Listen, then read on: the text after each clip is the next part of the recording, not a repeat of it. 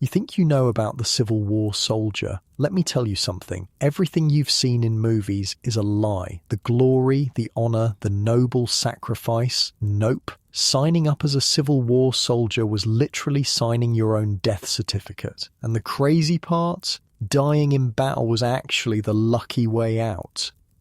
For every soldier shot by the enemy, 2 more died, curled up in their own filth, their bodies eaten alive by disease so gruesome that modern doctors would need therapy just from reading about it.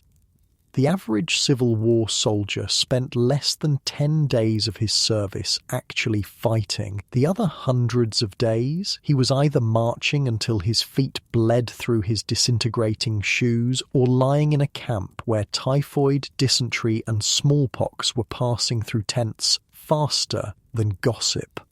About 2/3 of the 620,000 soldiers who died in the Civil War weren't killed by bullets or bayonets. They were murdered by microscopic enemies their bodies never saw coming.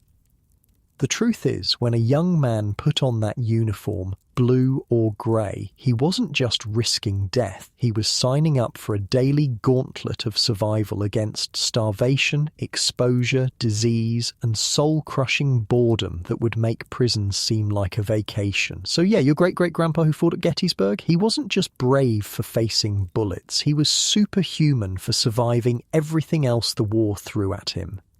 So, how long would you last if you woke up tomorrow as a Civil War soldier? Would you be one of the few who made it home? Or would you join the countless thousands who died without ever seeing a battle, your body dumped in an unmarked grave, your name misspelled on some forgotten roster? Let's find out.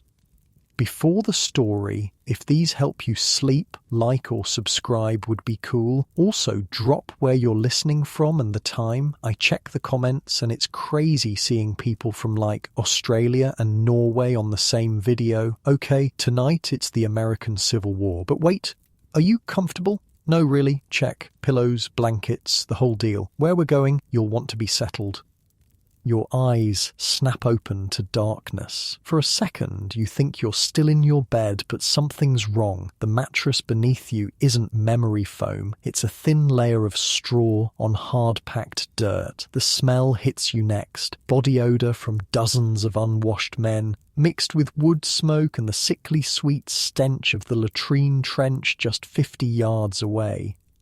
It's 1862, you're in a Union Army training camp outside Washington, D.C., and you've just made the biggest mistake of your short life. You've volunteered to fight in the Civil War. Rise and shine, ladies, a voice bellows through the darkness. Fall in for roll call in 5 minutes or you'll be scrubbing latrines with your toothbrush.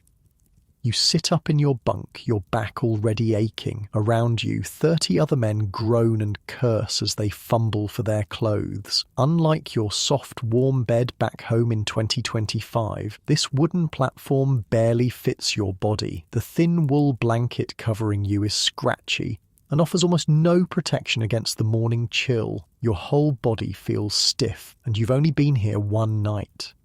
Jesus, this ain't what I signed up for, mutters the kid next to you, a farm boy from Ohio who can't be more than 16. In the dim light from the single lantern hanging from the center pole of the tent, you can see he's shivering. Mars cows sleep better than this. You know what's weird? He's actually one of the lucky ones. Unlike the thousands of other new recruits sleeping on the bare ground with nothing but their coats for pillows, at least you've got a tent. Or first day of being a hero, says an older man across the tent, his voice dripping with sarcasm. Wait till you boys taste the food. That'll really make you feel special. You pull on your new uniform, a wool coat and trousers in dark blue that are simultaneously too big in some places and too small in others. The fabric is so rough it feels like it's exfoliating your skin. And despite being fresh from the quartermaster, it already smells like chemicals and sweat. Speaking of the uniform, let me paint you a picture. These weren't the tailored, perfectly fitted outfits you see in Hollywood movies. The Union Army ordered uniforms in just 4 sizes: small, medium, large, and extra large. Imagine trying to fit every single body type in America into just 4 sizes of clothing. The result? Almost nobody had a uniform that actually fit. You see a short, skinny guy across the tent with sleeves that hang past his fingertips and pants he has to hold up with suspenders and a belt. Meanwhile, the burly blacksmith 2 bunks down looks like he's wearing his little brother's clothes, the buttons of his jacket straining against his chest, the pants ending awkwardly above his ankles. "Move your asses!" The sergeant's voice cuts through your observations. The Union ain't paying you to admire yourselves. You stumble outside into the pre-dawn chill, joining a ragged line of other recruits. The training camp stretches out before you, a vast city of white canvas tents arranged in neat rows, smoke rising from cook fires as far as the eye can see. It's actually impressive, like an entire town that sprouted overnight. What's not impressive is the smell. Thousands of men living in close quarters with minimal sanitation creates an odour that's almost visible. The latrines are just trenches dug downwind of camp, hopefully, and bathing is an occasional luxury, not a daily habit. Your nostrils burn with the mixture of wood smoke, unwashed bodies, horse manure, and the sweet sour stench of sickness that already hangs over parts of the camp. "Name?" barks a tired-looking officer with a clipboard. You give your name, and he checks it off with barely a glance. You're just another body to him, another statistic waiting to happen. "Company K, 140th Regiment," he says, pointing you toward a group of equally bewildered-looking men. You join them just as the sun begins to peek over the horizon, casting long shadows across the camp. The day is beginning, and with it, your first real taste of army life. "All right, you sorry lot," a weathered sergeant addresses your group. His face is tanned leather, creased by sun and hardship. "Today you learn how to be soldiers. Most of you won't be worth a damn for weeks, but we don't have weeks. The Rebs aren't waiting for you to get comfortable." He walks down the line, eyeing each of you like your livestock at auction. "Forget everything you think you know about war," he continues. "It ain't glorious, it ain't quick, and it sure as hell ain't fair. Your job is simple. Do exactly what I say, exactly when I say it. That's how you stay alive." The man next to you whispers, "My pa said we'd whip the Rebs in a month and be home for harvest." The sergeant's hearing is apparently better than you expected. He stops directly in front of the whisperer, his nose inches from the terrified recruit's face. "Your pa ever been to war, boy?" he asks, his voice dangerously soft. No, Sergeant," the recruit stammers. "Then your pa doesn't know shit," the sergeant replies. "None of you do, but you will learn, those of you that live anyway." And with that cheerful introduction, your training begins. The next few hours are a blur of marching, formations, and more marching. Left foot, right foot, turn, about face. The sergeant screams corrections at anyone who missteps, which is pretty much everyone. Your shoulders ache from holding your rifle at the proper angle. Your feet throb in boots that weren't made for your specific feet, because in the 1860s, there's no such thing as left and right shoes.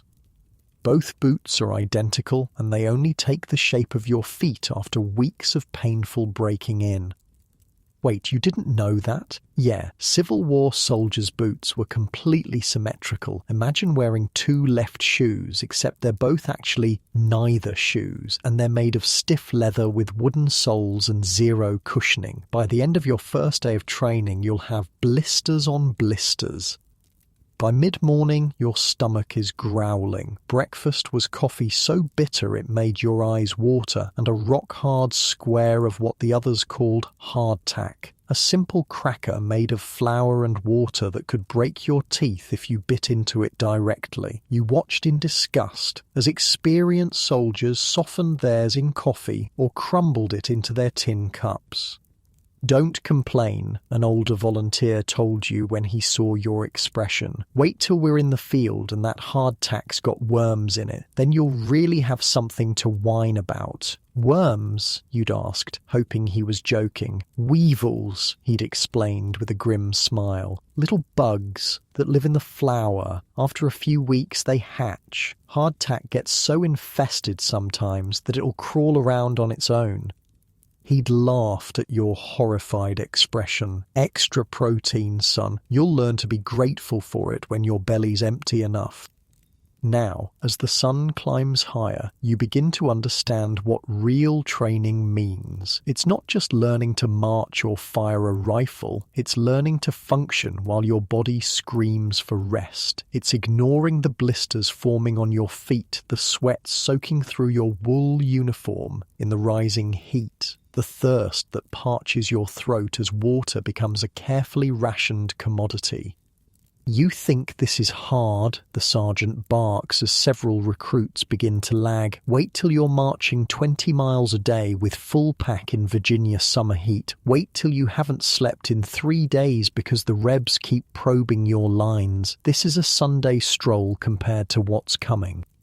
The morning drags on, an endless cycle of marching, forming lines, presenting arms, and marching again. By noon, your arms feel like lead weights, and every muscle in your legs is trembling. The wool uniform that seemed merely uncomfortable at dawn is now a personal torture device, trapping heat against your skin until you're marinating in your own sweat. But the real shock comes when training pauses for the midday meal. Dinner, someone calls, and there's a rush toward the cook fires.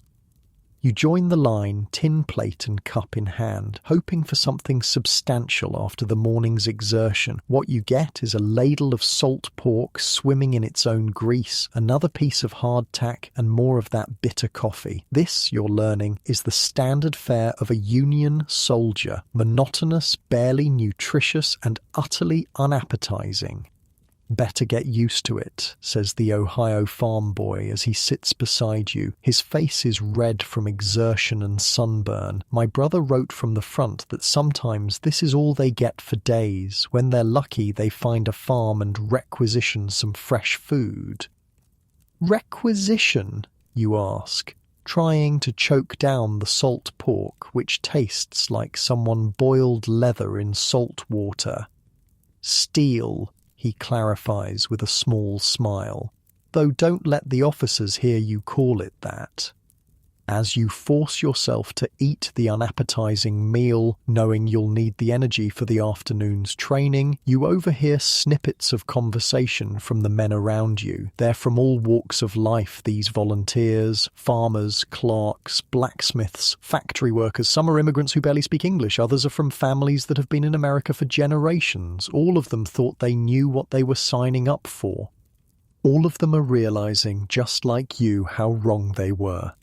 "My wife's gonna have the baby before I even see battle," a young man says, his voice a mixture of pride and sadness. "Better hope we're home by then," his companion replies. "My cousin joined up last year, said they promised it'd be over in 3 months. He's still in Virginia, and half his company's dead from camp fever." "Camp fever?" you ask before you can stop yourself. The men look at you, clearly a fresh fish who doesn't know anything. "Typhoid," one explains, "runs through the camps like wildfire. That or dysentery, men dropping dead without ever seeing a rebel. My uncle was at Bull Run," another recruit adds. "Said more men in his company died from sickness than bullets. Said you'd see a man healthy at breakfast and being buried by supper. A chill runs through you despite the midday heat. You hadn't considered this aspect of war, the invisible enemies that kill more effectively than any Confederate sharpshooter." The conversation is cut short as the sergeants begin bellowing for the afternoon formation. With a groan, you rise to your feet, muscles protesting, and rejoin your company. The morning was just a warm-up, it seems, as the afternoon brings more intense drills. You learn the basics of loading and firing your rifle, a complex, multi-step process that needs to become second nature. Bite the cartridge, pour the powder, ram the ball, place the cap, aim, fire. Under ideal conditions, a good soldier might get off 3 shots in a minute. Under battle conditions, with smoke obscuring vision and fear pumping through veins, most men manage far fewer. Too slow, the sergeant shouts as you fumble with a percussion cap. Every second you waste is another second for a reb to put a ball through your skull. By late afternoon, your hands are blackened with gunpowder, your shoulders ache from the rifle's recoil, and your ears ring from the repeated firing. When the bugle finally signals the end of training for the day, you nearly collapse with relief. But the day isn't over. There are still chores, wood to gather for fires, equipment to clean, letters to write home while there's still daylight. The camp buzzes with activity as thousands of men perform these evening rituals. You sit outside your tent, rubbing your sore muscles, watching the camp transform in the fading light. Campfires begin to twinkle across the vast expanse, their smoke creating a haze that catches the sunset. Men gather in groups, talking, playing cards, singing. In another context, it might almost seem festive. The farm boy from Ohio, you've learned his name is Thomas, sits beside you, paper and pencil in hand. Writing to your mother? You ask? He nods, trying to figure out how to tell her about this place without worrying her. Are you going to tell her about the food? You joke. He smiles faintly. No, she'd be on the next train with a basket of fried chicken and cornbread. His smile fades. I'm not telling her about the sickness either, or what the sergeant said about our chances. You're both quiet for a moment, listening to the sounds of the camp, men's voices, occasional laughter, the strains of a fiddle somewhere in the distance. Why'd you join up? Thomas asks suddenly. It's a question you've been asking yourself all day. In this moment, with your body aching and the realities of war beginning to sink in, the patriotic fervour that supposedly drove men to enlist seems distant and naive. Seemed like the right thing to do? You answer vaguely. He nods as if that makes perfect sense. I couldn't stay on the farm while other men were fighting. Wouldn't be right. He looks down at his half-written letter. Though I'm starting to think Pa was right about waiting for the draft. Might have had a few more months of Ma's cooking. As darkness falls completely, the bugle sounds again. Time for evening roll call and then sleep. You rise stiffly, already dreading another night on the hard bunk, another dawn of training. The sergeant moves down the line, checking names, making sure no one has deserted after their first taste of army life. When he's done, he addresses the company. You all did passably today, he says, which seems to be high praise from him. Remember what you learned, practice your drills, rest well, tomorrow will be harder. With that cheerful thought, you're dismissed to your tents. As you lie on your bunk, staring up at the canvas ceiling, listening to the sounds of men settling in around you, reality truly begins to sink in. This is your life now, the hard bunk, the terrible food, the exhausting training, and you haven't even left camp yet. Ahead lies the march to the front, the terror of battle, the risk of wounds and disease. The comfortable bed you woke up in this morning, back in your real life, seems like a distant dream. Thomas is already snoring softly beside you, his body too exhausted to stay awake despite the discomfort. Others are whispering, playing quiet card games by lantern light, writing one more paragraph to loved ones.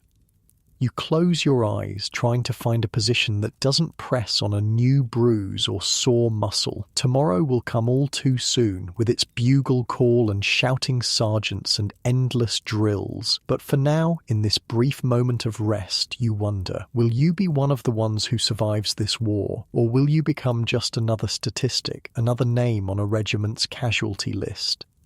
As sleep finally begins to claim you, one thing becomes abundantly clear. Survival here isn't just about avoiding enemy bullets, it's about enduring. Day after day, hardship after hardship. The true test of a Civil War soldier wasn't just courage in battle, it was the grim determination to keep going when every part of you wanted to give up. And tomorrow, your real test begins.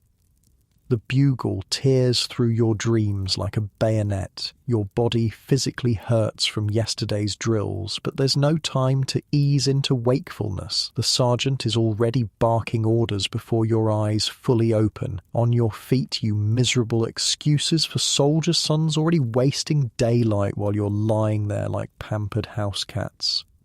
It's your second day in camp and your muscles scream in protest as you roll off the hard bunk. The kid next to you, Thomas, you remember, looks even worse. His hands are blistered from yesterday's rifle drills and his face is sunburned to a painful-looking red. "I can't feel my legs," he mutters, wincing as he pulls on his boots. "Better numb than gone," replies an older volunteer, already dressed and rolling his blanket with practiced efficiency. "My cousin lost both his at Shiloh, grape shot, said he felt them burn for weeks after they were buried somewhere in Tennessee. And that's your good morning greeting in the Union Army?" You stumble outside, blinking in the harsh dawn light. The camp is already alive with activity. Thousands of men performing their morning routines with varying degrees of efficiency. Smoke rises from hundreds of cooking fires as the company cooks prepare the morning meal, if you can call it that. "Fall in for roll call," the sergeant shouts, and you join the ragged line forming in front of your tent. Names are called, responses given. 2 men from another company are missing. "Deserted in the night," someone whispers. You're not entirely surprised. After just one day, the romantic notion of soldiering has given way to the harsh reality of military life, and you haven't even faced combat yet. After roll call comes breakfast, that bitter black coffee again, another piece of hardtack, and a thin slice of salt pork that's more fat than meat. You watch as veterans soften their hardtack in coffee, and you follow suit. It's still barely edible, but at least now it won't break your teeth. "First day wasn't so bad, was it?" asks a soldier sitting next to you. He's older than most, maybe in his 30s, with a thick beard and knowing eyes. Name's Miller, been in since 61. "Not what I expected," you admit, trying to chew a particularly stubborn piece of hardtack. Miller laughs. "None of us expected this. We all thought we'd march off to one big battle, whip the rebs, and be home by Christmas." He sips his coffee, grimacing at the taste. "That was 2 Christmases ago." "How do you stand it?" you ask before you can stop yourself. Miller considers this, scratching his beard. "You get used to some things. The food never gets better, though. Here's a tip. Save some of that salt pork fat. It's good for greasing your boots and rifle. Keeps them from rusting." You look down at the greasy mess on your plate with new appreciation. It's not just bad food, it's multi-purpose bad food. The morning brings more drills, but today there's a new element, working as a unit. Your company forms lines, practices marching in formation, and learns the basics of battlefield maneuvers. The importance becomes clear quickly. In the chaos of battle, these formations are your lifeline, the only hope of functioning amid the smoke and terror. "Tighten that line," the sergeant bellows as your company attempts to march in step. In battle, a gap in the line is where the enemy breaks through. A gap in the line means dead men. By mid-morning, sweat pours down your face. The wool uniform that seemed merely uncomfortable yesterday is now a personal torture device. It's like wearing a blanket in a steam room. The coarse fabric chafes against your skin wherever it touches, and the areas where it doesn't are soaked with sweat. Wool uniforms in summer, mutters the man next to you during a brief water break. Whoever thought of that never had to wear one. The blue shows the blood less, replies another soldier. Trust me, that matters more than you think. Not the most comforting thought as you gulp down warm water from your canteen. After the morning drills, your company is assigned to fatigue duty, the endless chores that keep a military camp functioning. Today, it's latrine duty, your task, digging new trenches for the camp toilets. Let me paint you a picture of Civil War sanitation, because it's not what you're imagining. The latrines are just long trenches dug about 100 yards downwind of camp. No buildings, no privacy, just trenches with logs laid across them for soldiers to sit on. When a trench fills up, it's covered with dirt and a new one is dug. Rebs can smell our camp before they see it, jokes one of the veterans as you dig. Might as well send up a flag saying Yankees shitting here. The stench is horrific, especially in the growing heat of the day. Several men vomit as they dig, which only adds to the miasma. You breathe through your mouth, trying not to gag, focusing on the mechanical motion of shovel into earth, dirt into pile. You know what the real killer in this army is? Asks Miller, who's digging beside you. When you shake your head, he points to the trenches. This right here, typhoid, dysentery, cholera, they kill more of us than rebel bullets. Men drinking downstream from where other men are shitting. It's a wonder any of us are still alive. You look at the dirty hands holding your shovel. Think about the food you ate this morning, prepared by men with equally dirty hands, and suddenly the combat death rate seems almost merciful compared to the slow death of disease. By noon, you're back at the company street, the space between rows of tents that serves as your unit's gathering place. The afternoon is devoted to weapons training, learning to clean and maintain your rifle. This at least seems practical, though the intricate process of maintaining a Civil War-era firearm is far more complex than you imagined. Your rifle is your wife now, the sergeant explains, pacing before the company. You care for it better than you care for yourself. You clean it when it's dirty. You oil it when it's dry. You protect it from rain and mud, because when the shooting starts, a fouled rifle is a death sentence. Yours. The process is meticulous. Each part must be cleaned, oiled, and inspected. The slightest rust or debris could cause a misfire at the critical moment. As you work, Miller shows you tricks that aren't in the official manual. How to use coffee to clean the barrel when proper supplies run out. How to tell if your percussion caps are still good. How a cork stopper can keep moisture out of the barrel during rainy marches.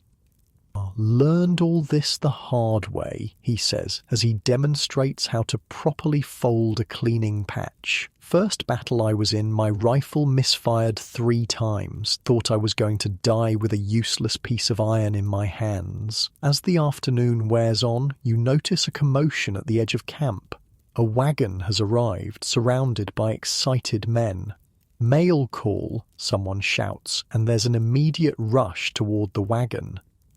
The company clerk stands with a stack of letters calling out names. When your name isn't called, you feel a surprising pang of disappointment, even though you logically know there's been no time for a letter to reach you. Thomas, however, receives a thick envelope that makes his face light up. From Ma, he says, clutching it like treasure. Probably wrote it before I even left home. Mail, you're quickly learning, isn't just communication, it's a lifeline. You see how men's faces transform when their names are called, how they retreat to private corners to devour words from home. The lucky ones share cookies, dried fruit, or other treats sent by loving families. The unlucky ones stare at the ground, trying to hide their disappointment. One soldier tears open his letter, reads the first few lines, and his face crumples. He walks away quickly, trying to hide his tears. Bad news, Miller explains quietly. Happens all the time. Life doesn't stop while we're away. People get sick, farms fail, wives find other men. Some days I think the mail wagon brings more misery than the battlefield. After mail call comes another round of drilling, then evening mess. Beans today. A welcome change from salt pork, though they're undercooked and bland.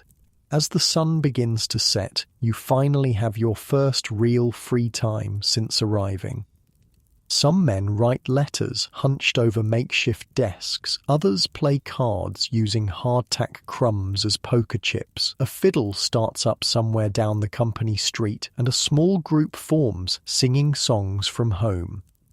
You sit outside your tent, muscles aching, watching the camp settle into evening rhythms. Despite the discomfort, the dreariness, there's something fascinating about this temporary city of men. Every state in the Union is represented here, every trade and profession, every walk of life. Ohio boys are organizing a baseball game tomorrow if we don't march, Thomas says, sitting beside you. Do you play? Before you can answer, shouting erupts from a nearby tent. Two men square off, fists raised, while others rush to separate them. Jenkins said Richmond would fall by August, explains a spectator to the gathering crowd. Patterson called him a damn fool optimist. The fight is quickly broken up by a corporal, both men sent to cool off on opposite sides of camp. But the incident highlights the tension that simmers beneath the surface. Boredom, frustration, fear, all looking for an outlet. Happens every day, says Miller, who has appeared beside you. Men packed too tight with nothing but their thoughts. Bad combination. He nods toward another part of camp where soldiers cluster around a man dealing cards. That's why gambling's so popular. Takes your mind off things. What about the drinking I've heard about, you ask, having noticed the absence of alcohol in camp? Miller snorts. Officers get their whiskey rations. Us regular folks, we make do with what we can find or smuggle in. Payday brings the sutlers with their overpriced hooch. Until then, it's this fine establishment. He gestures around at the dusty camp with mock grandeur. As darkness falls completely, men begin to retire to their tents. The day's exertions make sleep come easier than it did last night, despite the hard bunk and wool blanket that itches against your skin.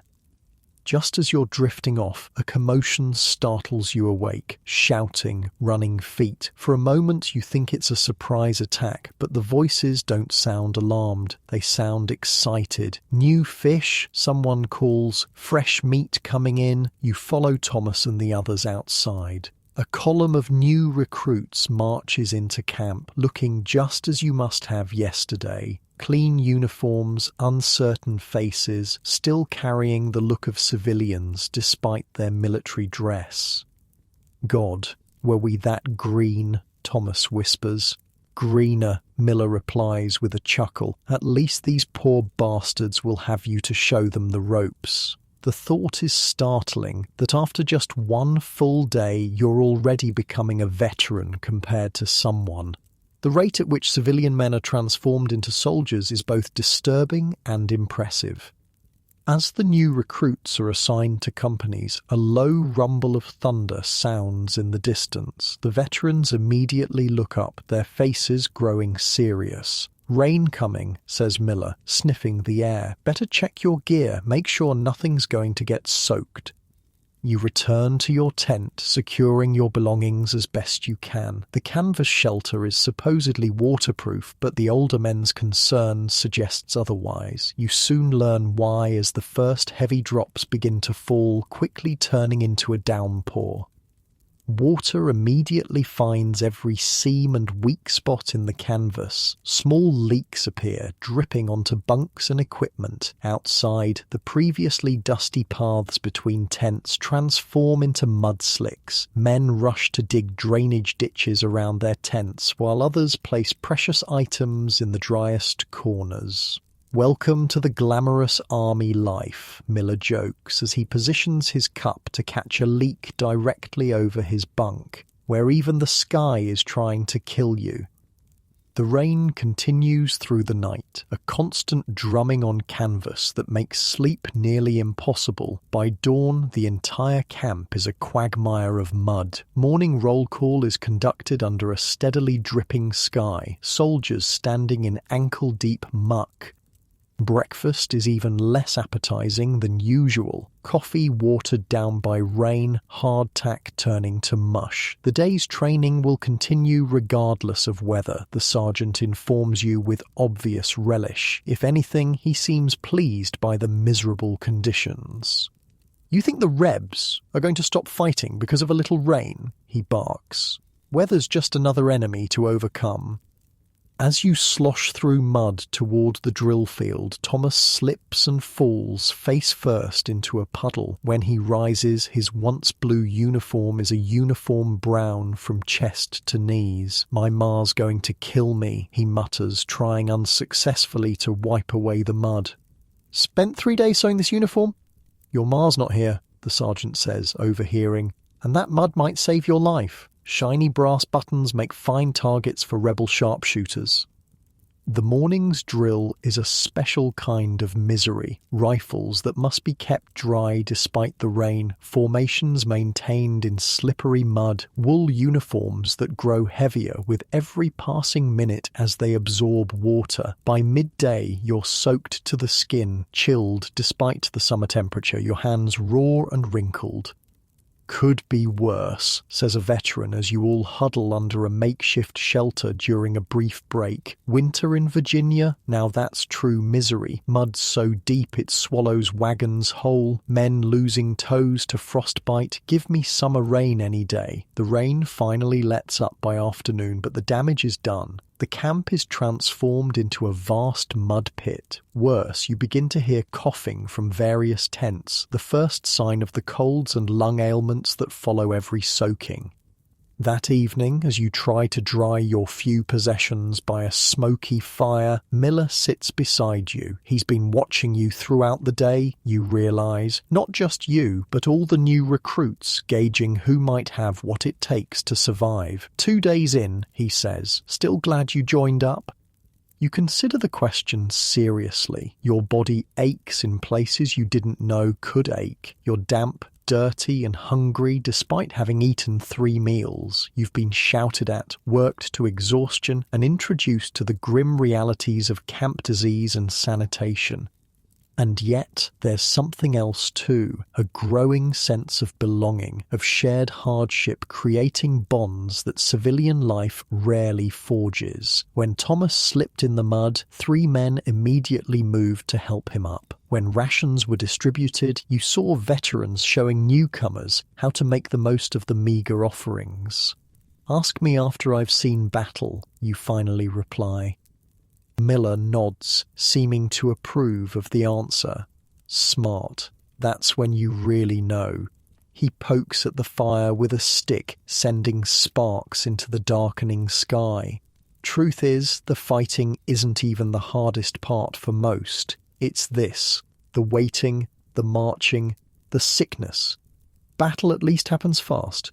Camp life drags on forever. As night falls again, you settle into your damp bunk, listening to the sounds of the camp. Men coughing, quiet conversations, someone softly playing a harmonica. Your second full day as a soldier is ending, and already civilian life seems distant, almost unreal. Tomorrow, you'll learn, brings a new challenge, a practice march with full pack and equipment. The sergeants call it a little stroll of 15 miles. The veterans call it the first culling, the march that separates those who might survive from those who definitely won't. As you drift towards sleep, you wonder which group you'll fall into. Your body is already protesting the abuses of just 2 days. How will it handle 15 miles with 40 pounds of gear? How will it handle months of marching or the terror of battle?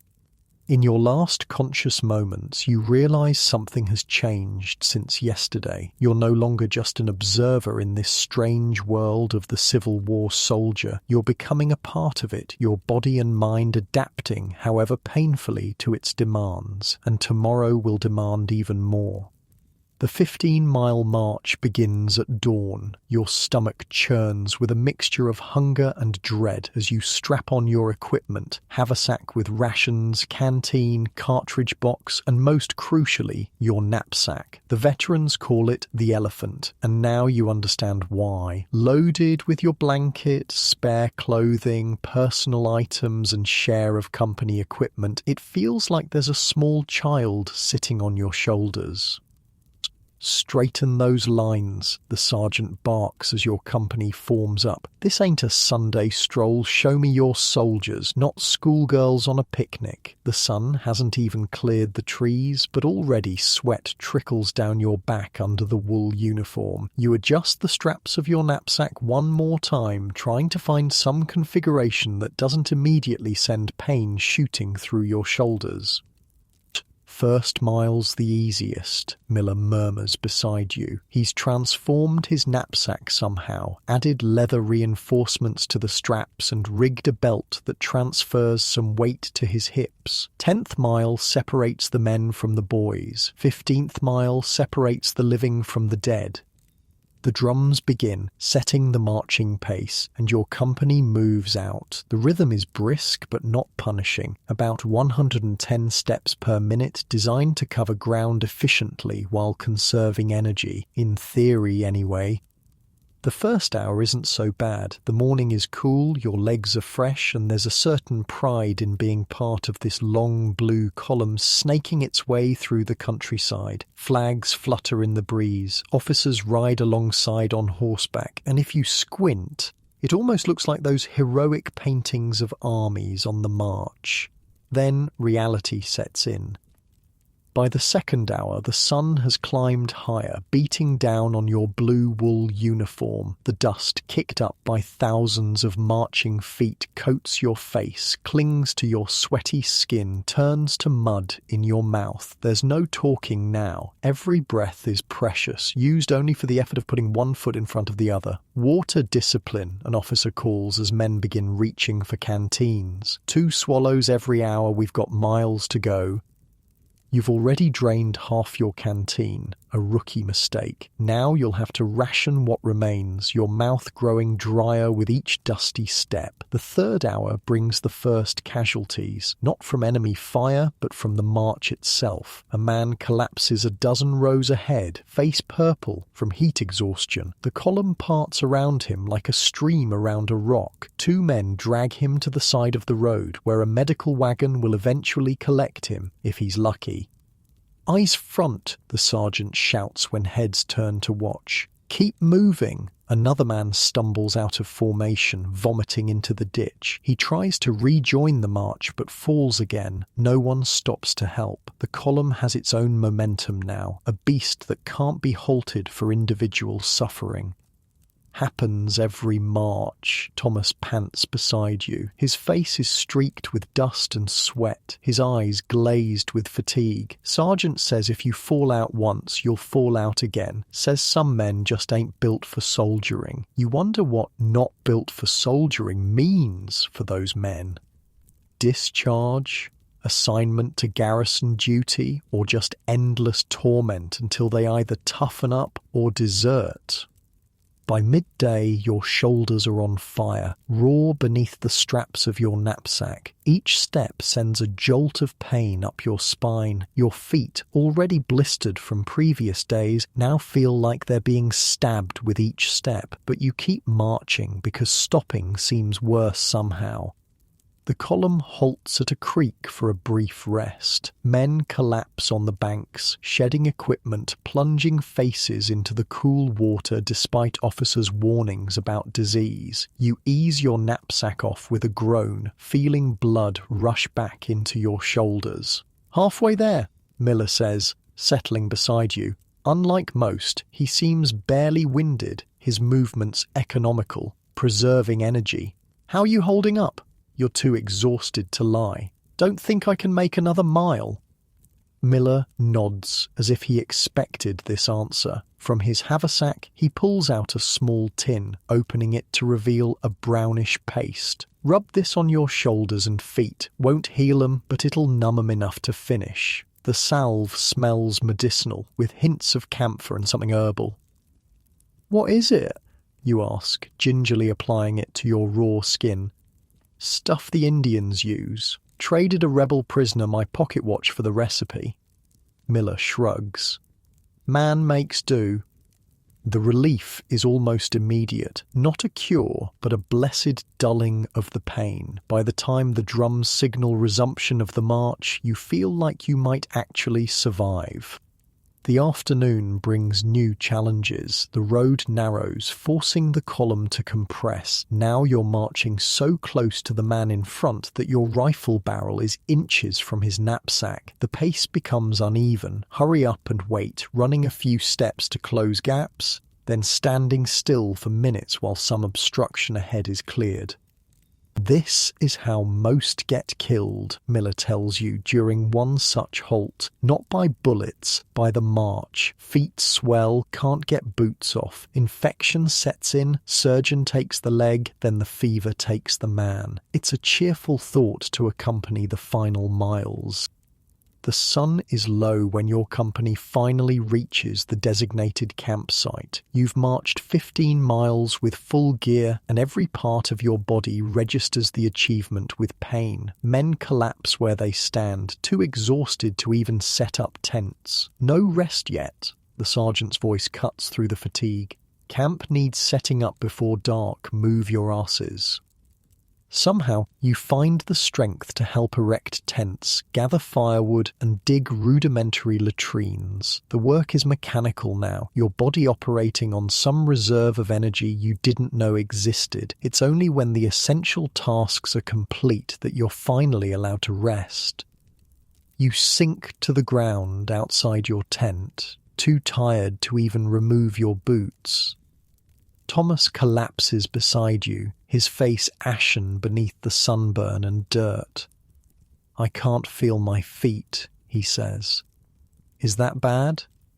"Take your boots off," Miller orders, appearing beside you. "Both of you, now."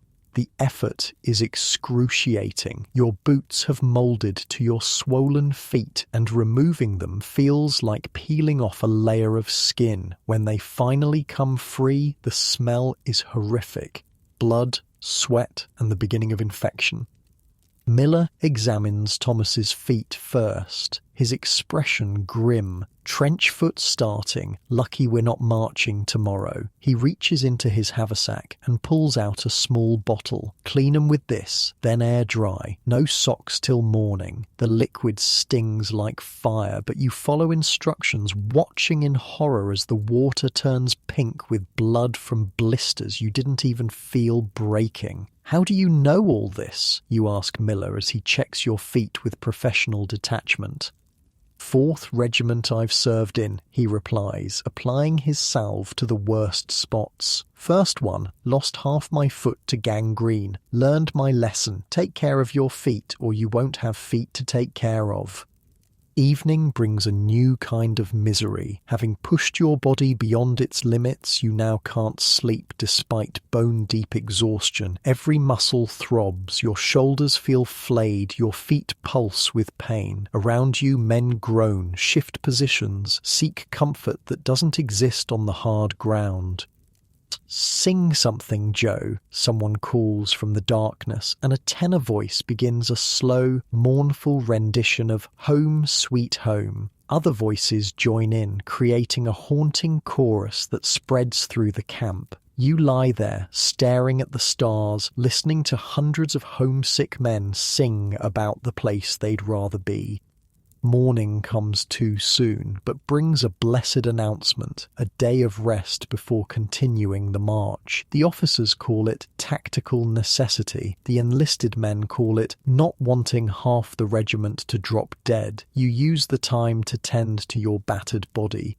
Following Miller's advice, you wash your one spare pair of socks and hang them to dry, mend a tear in your trousers, and most importantly, Soak your feet in the nearby creek. The cold water brings immediate relief, though the sight of your feet is alarming, blistered, bruised, with patches of angry red where infection threatens. Around you, dozens of other men are doing the same, comparing injuries like badges of honor. "Got a beauty here," says a corporal, displaying a blister the size of a silver dollar. "Gonna name it after my ex-wife, painful, swollen, and full of poison." The joke earns tired laughs. Humor, you're learning, is essential currency in the army, often dark, usually profane, but vital for maintaining sanity. By midday, you feel almost human again. The rest has worked wonders, and a meal of salt beef and hardtack, while hardly appetizing, restores some energy. You've even managed to forage some wild berries from the edge of camp, a tart burst of flavor that makes the hardtack almost palatable. Mail call. The announcement sends a ripple of excitement through the camp. This time, your name is called. A letter has caught up with you, forwarded from the training camp. The thin envelope feels like a treasure in your hands. You retreat to a quiet spot to read, savouring each word from home. The news is mundane, local gossip, family updates, questions about army life, but it forms a lifeline to the world you left behind. You read it 3 times before carefully folding it into your breast pocket, close to your heart. Thomas wasn't so lucky. He hovers nearby, trying not to look disappointed. "Nothing from Ma yet," he says, forcing a smile. "Probably still on its way." "You can share mine," you offer, and his face brightens as you read him the lighter parts of your letter. The afternoon brings more rest, but also preparation for the next day's march. Rumors swirl through camp. You're heading to Washington, or to Baltimore, or straight to Richmond to end the war in one decisive battle. No one really knows, and the officers aren't telling. "Best not to know," Miller advises as you clean your rifle together. Each day has enough troubles without borrowing from tomorrow. That evening, something unexpected happens. A wagon arrives in camp, and with it comes fresh bread, a welcome change from hardtack, and even more surprisingly, a barrel of dried apples. The sudden luxury lifts spirits throughout the camp. "Special treat," explains the quartermaster sergeant as he supervises distribution. "General's orders, says you boys did well on the march. The dried apples are tough and overly sweet, but after days of bland rations, they taste like the finest delicacy. Men savor each piece, trading portions of bread for extra fruit or vice versa according to preference. First rule of army life," Miller says, watching the bartering with amusement. "Enjoy the good when it comes, never lasts long." As if to prove his point, the drums beat that evening, signalling assembly. Your company forms up, wondering what new demand awaits. The captain appears, his face serious. "Men, our orders have changed," he announces. "We march at first light, joining the main army near Culpeper. Intelligence suggests Confederate forces are massing in the area." A murmur runs through the ranks. Culpeper means Virginia. Virginia means the front lines. The front lines mean battle. "Full marching order," the captain continues. 3 days' rations, 60 rounds of ammunition per man. We'll cover 20 miles tomorrow, so rest well. The news transforms the camp. Men who were laughing over dried apples minutes ago are now somber, checking equipment, counting bullets, writing hasty letters home. The veterans seem particularly focused, their movements precise, almost ritualistic. "Should I be worried?" you ask Miller as you prepare your gear. He looks at you, his weathered face unreadable. "Yes," he says finally, "but not about dying, not yet." He nods toward where Thomas sits, struggling to wrap hardtack in an oilcloth. "Worry about the living. Battle's coming, and it'll change that boy forever. Change all of you. The man who marches into his first battle never marches out again. Someone else comes out wearing his face." You sleep poorly that night, Miller's words echoing in your mind. Around you, the camp is restless, men whispering, praying, some crying quietly in the darkness. The morning seems to arrive almost immediately, the bugle cutting through what little sleep you manage to find. The mood is different as you form up in the pre-dawn gloom. Gone is the grousing about sore muscles and bad food. In its place is a tense silence, broken only by the necessary commands and the rhythmic stamp of boots as the column moves out. Today's march is faster, more purposeful. The officers push the pace, allowing fewer breaks. By noon, you've covered 12 miles, your feet once again screaming in protest. But no one falls out today. The column moves with grim determination, each man knowing what waits ahead. The countryside changes as you march south. More farms, fewer towns, and increasingly hostile looks from the few civilians you encounter. This is a different Virginia from the friendly environs of Washington's outskirts. Here, you are invaders, not defenders. Keep an eye on your gear, Miller warns during a brief halt. Locals will steal anything not nailed down. Had a boy in my last regiment wake up with his boots gone, marched barefoot for a week before quartermaster found replacements. As the day wears on, you begin to notice other changes. More cavalry scouts passing the column, signal officers on hilltops with flags, distant rumbles that might be thunder but probably aren't. Artillery, confirms a sergeant when someone asks. Still miles off. Nothing to worry about yet. Yet. The word hangs in the air, pregnant with meaning. By late afternoon, your company joins a larger encampment, part of the Army of the Potomac, tens of thousands of men spread across rolling fields and woodlots. The scale is staggering. Tents and wagons stretch as far as you can see. Campfires dot the landscape like fallen stars. Flags of dozens of regiments flutter in the breeze. Home sweet home, Miller says as your company is directed to its assigned position. At least till the shooting starts. Setting up camp in the larger army is more orderly, more practiced. Each regiment has its place, each company its specific duties. By sundown, your small piece of the vast encampment is established, tents erected in neat rows, cooking fires burning steadily. The increased organisation extends to rations as well. The company cooks have set up a proper field kitchen, and tonight's meal is almost palatable. Beans with salt pork, fresh bread from the commissary wagons, and even coffee that tastes like coffee instead of boiled mud. Army runs better when it's all together, explains a corporal as you collect your portion. General's staff watching everything makes the quartermaster honest and the cooks afraid of complaints.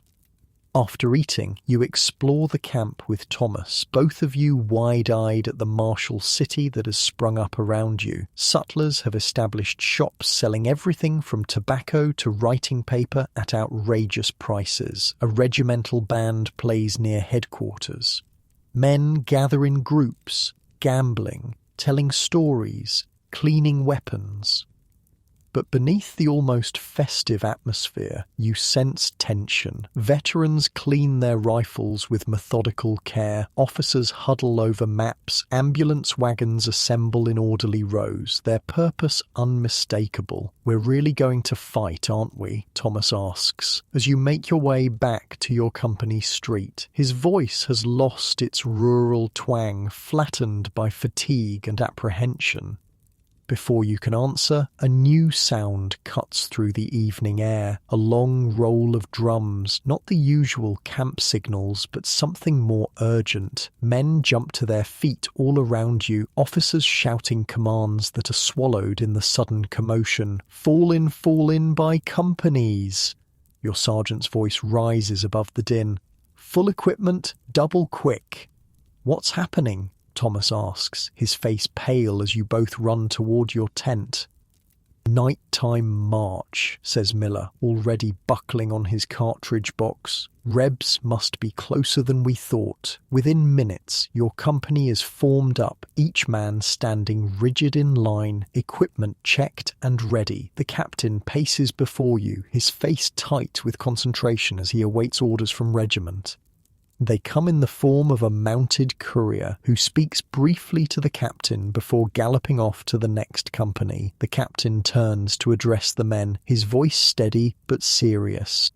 "We're moving out immediately," he announces. "Confederate forces have engaged our advance scouts near Brandy Station. We're to reinforce the line before dawn." He pauses, scanning the faces before him. This will be a forced march through the night. No straggling, no talking. We move fast and quiet. Those are the general's orders.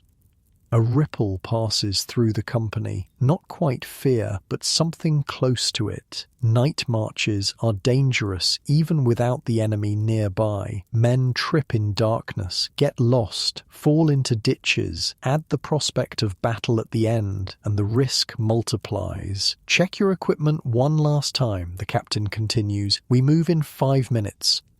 As you adjust your straps and count your cartridges, you feel a strange calm descend. After days of training, marching, and preparation, the moment is finally here. No more wondering what kind of soldier you'll be. By tomorrow, you'll know. "Stay close to me," Miller tells you and Thomas, his voice low. "Do exactly as I do. Don't be heroes. Don't be cowards. Just be soldiers." The drums tap softly, signaling formation. Your company takes its place in the column, and without fanfare, the night march begins. Thousands of men moving through darkness, each step bringing you closer to the moment that will define your war, your first battle. Tomorrow, you'll learn if you're truly cut out to survive as a Civil War soldier. Not just the marches, the bad food, the disease, but the thing they've been preparing you for all along. The moment when other men are actively trying to kill you. As you march through the Virginia night, stars cold and distant overhead, you wonder what version of yourself will exist when the sun rises again. The night march continues for hours, a ghostly column of men moving through darkness. No talking is allowed, but the sounds of an army on the move fill the night. Thousands of boots on dirt roads, the creak of leather equipment, the occasional clink of metal against metal, and always the laboured breathing of exhausted men. Your feet have gone beyond pain to a strange numbness. Your shoulders no longer register the weight of your knapsack. You've entered a dreamlike state where only the next step matters. Your world narrowed to the shadowy form of the man marching in front of you. Just before dawn, the column halts in a wooded area. Orders are passed in whispers. Shed knapsacks, keep weapons and ammunition, form battle lines. The calm efficiency of the veterans is unsettling. They don't speak, don't question, just methodically prepare for what's coming. Mom, load your weapons. The sergeant orders, his voice barely audible. Percussion caps ready, but not set. We move in 5 minutes. Your hands shake as you tear open a paper cartridge with your teeth, the bitter taste of gunpowder filling your mouth. Pour the powder down the barrel, ram the ball home, place the percussion cap. Each step you've practiced hundreds of times, but never with the knowledge that these bullets might soon be fired at actual human beings. Thomas struggles beside you, dropping a cartridge in the dim light. "I can't," he whispers, his voice cracking. Miller kneels beside him, steady hands guiding Thomas through the loading process. "Just like drill," he murmurs. "Nothing different. Your hands know what to do, even if your mind doesn't." The first light of dawn filters through the trees as your company moves forward, part of a battle line stretching through the woods. You can hear distant popping sounds now, skirmishers exchanging fire somewhere ahead. Occasionally, a deeper boom suggests artillery.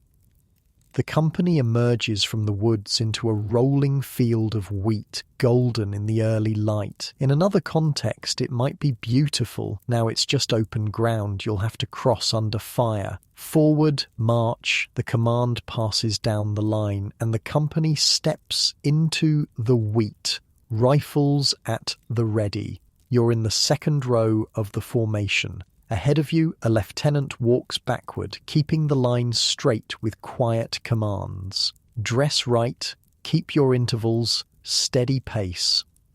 The distant popping grows louder. You can see smoke now hanging over a tree line about half a mile ahead. The skirmishers are falling back, running through the wheat toward your advancing line. One falls suddenly, as if he's tripped, but he doesn't get up. "Steady, boys," the sergeant calls. "Keep your line." A sound tears through the air above you, a weird shrieking whistle that ends in a solid thump as something hits the ground behind your company. Earth and wheat spray upward. "Artillery," says Miller, his voice flat. "They're ranging us." Another whistle, another explosion, this one closer. Men instinctively duck but keep marching. The formation is still intact, still advancing at that same steady pace through the golden wheat. Then you see them, grey-clad figures emerging from the distant tree line, forming their own battle line. The enemy. Real Confederate soldiers, not targets or imaginary foes from drill, but actual men with guns who want to kill you. "Company, halt." The command freezes you in place. Ready arms. You raise your rifle, suddenly aware of how exposed you are in this open field. The wheat only reaches your knees. No concealment, no protection. Aim. You settle the sights on the grey line, now about 300 yards away and closing. You can't make out individual faces at this distance, just a mass of men moving toward you with deadly purpose. Fire.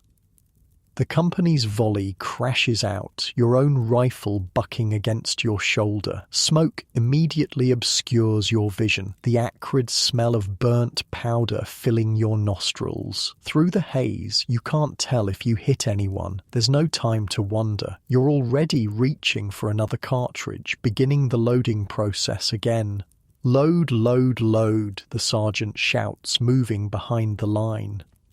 Your training takes over. Tear cartridge, pour powder, ram ball, place cap, all while trying to watch the enemy through drifting smoke, trying to ignore the whistling artillery shells that are now landing with terrifying regularity.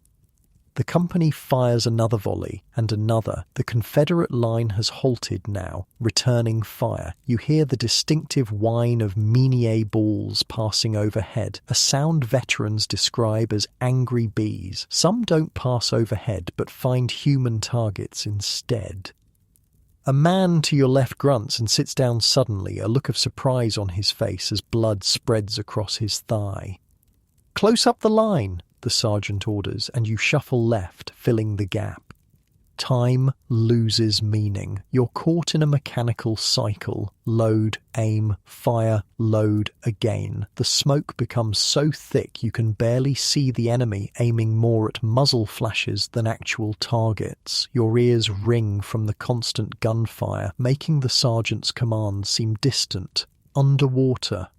A new sound rises above the gunfire, a high wailing cry that sends chills down your spine. The rebel yell, the grey line is charging. Or fix bayonets. The order passes down your line, hands fumbling to attach the long blades to rifle barrels. Stand fast, stand fast. The Confederate charge closes the distance rapidly, their line emerging from the smoke like avenging ghosts. At 100 yards, your company fires a devastating volley that tears gaps in their line. At 50 yards, you fire again, the effect even more terrible at this range, but they keep coming. The final moments before impact are a blur. You fire one last desperate shot, then suddenly they're upon you. A crash of bodies, rifle barrels, bayonets. The neat formation dissolves into chaotic individual struggles. A bearded Confederate lunges at you, his bayonet missing your chest by inches. You swing your rifle like a club, connecting with his shoulder. He staggers but doesn't fall, raising his weapon for another thrust. Miller appears beside you, driving his bayonet into the man's side. The Confederate crumples with a strange, soft cry that will haunt your dreams for years. "Keep moving," Miller shouts, already turning to face another threat. "Don't stand still." The hand-to-hand fighting lasts only minutes, but feels like hours. The Confederate charge falters, breaks, then reverses as more Union troops arrive to reinforce your line. The grey soldiers retreat toward the tree line, pursued by cheering bluecoats. But not you. Your company has been ordered to hold position, to reform its shattered line. As the adrenaline fades, you become aware of the aftermath around you. Men lying in the trampled wheat, some moving, crying for help, others ominously still. The golden field is now stained red in patches. Thomas is on his knees nearby, vomiting. His face is blackened with powder, his eyes wide with shock, but he appears uninjured. Others weren't so fortunate. The company has visibly shrunk, gaps in the line where men stood just minutes ago. "Check your ammunition," the sergeant orders, moving among the survivors. "We're not done yet." He's right. The battle continues elsewhere. You can hear heavy firing to your left where another Union division is engaged. Artillery still thunders, though it's no longer targeting your position. Stretcher bearers move through the wheat, collecting the wounded.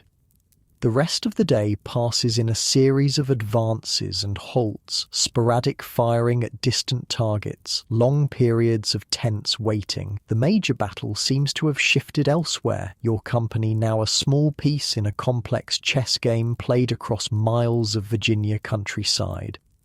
By late afternoon, it's clear the Union forces have carried the day. Confederate units are withdrawing across the board, pursued cautiously by blue columns. Your company, having suffered heavily in the morning engagement, is held in reserve as fresher troops lead the pursuit. As dusk approaches, you finally have time to process what you've experienced. Your uniform is stiff with dried sweat and powder residue, your hands are black from gunpowder, your right shoulder bruised from rifle recoil. You've fired approximately 40 rounds over the course of the day, though whether you actually hit anyone remains mercifully unknown. The company establishes a hasty camp near the morning's battlefield. There's no energy for proper tents. Most men simply drop where they're told, using knapsacks as pillows. The day's fighting has left everyone hollow-eyed and silent, the usual camp banter replaced by thousand-yard stares. "Eat something," Miller advises, handing you a piece of hardtack. "Doesn't matter if you're not hungry. Your body needs it." You chew mechanically, the familiar, tasteless cracker now seeming even more unappetizing. Thomas sits nearby, still hasn't spoken since the fighting. He stares at his hands as if they belong to someone else. Will he be all right? You ask Miller quietly. The veteran studies Thomas for a moment. "Maybe. First battle hits everyone different. Some talk too much, some don't talk at all. Give him time." As night falls completely, you realize something has changed within you. The fear isn't gone. If anything, having seen combat, you're more afraid than before. But it's a different kind of fear, more focused, less paralyzing. You've seen the worst and survived, at least this time. Sleep comes in fits and starts, interrupted by vivid flashes of the day's fighting and the moans of wounded men in nearby field hospitals. The medical tents operate through the night, lanterns casting grotesque shadows as surgeons work tirelessly on broken bodies. Morning reveals the true cost of battle. Your company musters at dawn, the gaps in the ranks painfully obvious in daylight. The captain reads the casualty list: 12 dead, 23 wounded, 5 missing. From a company that numbered nearly 100 just days ago, these losses are significant. The names wash over you, some familiar, others just faces you can barely recall. Each represents a man who was breathing, hoping, fearing just hours ago. Now they're statistics in what the newspapers will call a sharp engagement, not even important enough to be remembered as a major battle. "We'll be moving out within the hour," the captain announces, folding the casualty list. "The enemy is retreating toward Culpeper. We're to pursue and harass their rear guard." No time to bury the dead. That's left to designated burial details. No time to properly tend the wounded. They're evacuated to field hospitals miles behind the lines. The army moves on, the war machine rolling forward relentlessly. As your company prepares to march, Thomas finally speaks. "I killed someone yesterday," he says, his voice barely audible. "Shot him right in the face at 20 yards, could see his expression change and everything." You don't know what to say. What words could possibly address such an experience? "You did what you had to," Miller tells him, checking Thomas's rifle with practiced hands. "Same as he was trying to do to you. Don't dwell on it or you'll go mad." The march resumes, your depleted company now part of a massive Union force flowing south like a blue river. The mood is different, no longer the nervous anticipation of men heading to their first battle, but the grim determination of soldiers who know exactly what awaits them. The pursuit lasts 3 days, a strange mirror of your earlier march but with key differences. Now you move through landscapes transformed by war, burned farmhouses, trampled fields, hastily dug graves marking the Confederate retreat. Civilians have largely fled, leaving an eerie emptiness to the countryside. On the 3rd day, rain begins, a steady, soaking downpour that turns roads to mud and streams to raging torrents. The pursuit slows, then halts as bridges wash out and supply wagons bog down. Your company finds itself assigned to guard a critical crossroads, watching for enemy cavalry while engineers attempt to repair a collapsed bridge.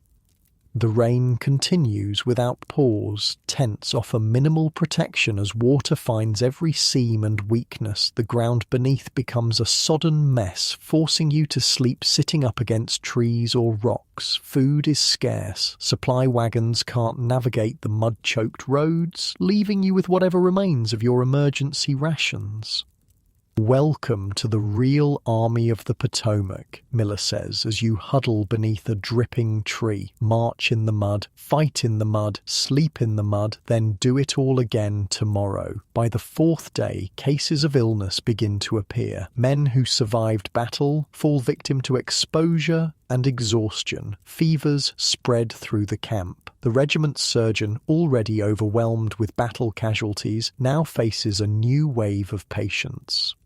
Your own health remains surprisingly good, perhaps because of Miller's herbal concoctions or perhaps simply due to luck. Thomas, however, develops a hacking cough that grows worse each day. "Just a cold," he insists when you suggest he see the surgeon. "Save the medicine for the really sick boys."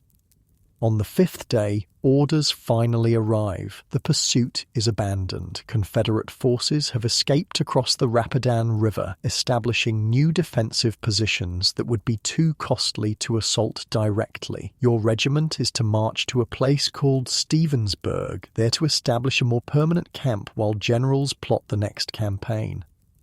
The march to Stevensburg is a nightmare of mud and misery. Men lose boots to the sucking earth, then continue barefoot rather than fall behind. Wagons must be literally dug out of mud holes every few hundred yards. Rain continues to fall, turning even the simplest tasks into trials of endurance.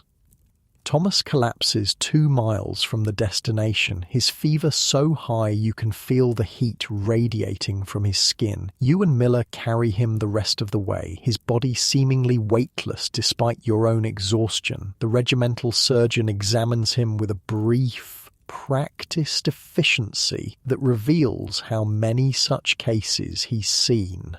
Pneumonia, he diagnoses. Get him to the hospital tent. We'll do what we can. What they can do, it turns out, is very little. Medicine in 1862 has few answers for pneumonia. They administer quinine for the fever, apply mustard plasters to his chest, and most importantly, keep him dry and as comfortable as possible in a crowded hospital tent. You visit whenever duties permit, watching Thomas grow weaker by the day. His cough deepens, bringing up alarming amounts of blood-tinged phlegm. His breathing becomes laboured, each inhalation a visible struggle. "Write to my ma," he asks during a moment of clarity, his voice a faint whisper. "Tell her I wasn't afraid in the battle. She'll want to know that. You'll write her yourself," you insist, trying to sound confident. "You'll be marching again in no time." He smiles faintly. "Not believing you, but appreciating the effort. Just make sure she knows," he says, before falling into an exhausted sleep.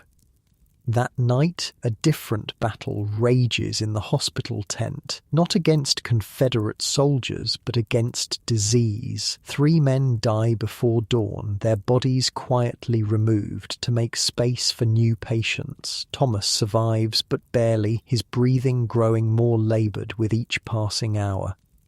The next morning brings an unexpected blessing, sunshine. After nearly a week of relentless rain, the clouds part, allowing the first warm rays to dry the sodden landscape. The effect on camp morale is immediate and profound. Men emerge from tents like hibernating animals, spreading damp blankets and clothing on every available surface. Even the hospital benefits from the weather change. Tent flaps are rolled up, allowing fresh air to replace the miasma of sickness and disinfectant. Thomas's cot is moved to catch a patch of sunlight, the warmth seeming to ease his breathing slightly. "Good sign," Miller says, "visiting with you. Sun kills the bad humours.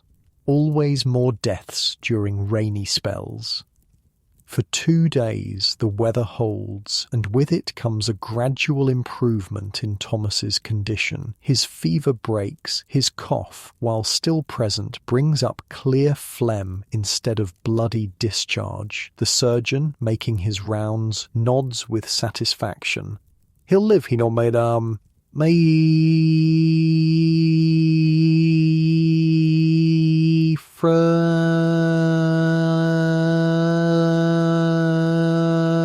Whether he'll fight again is another question. Lungs may never be the same."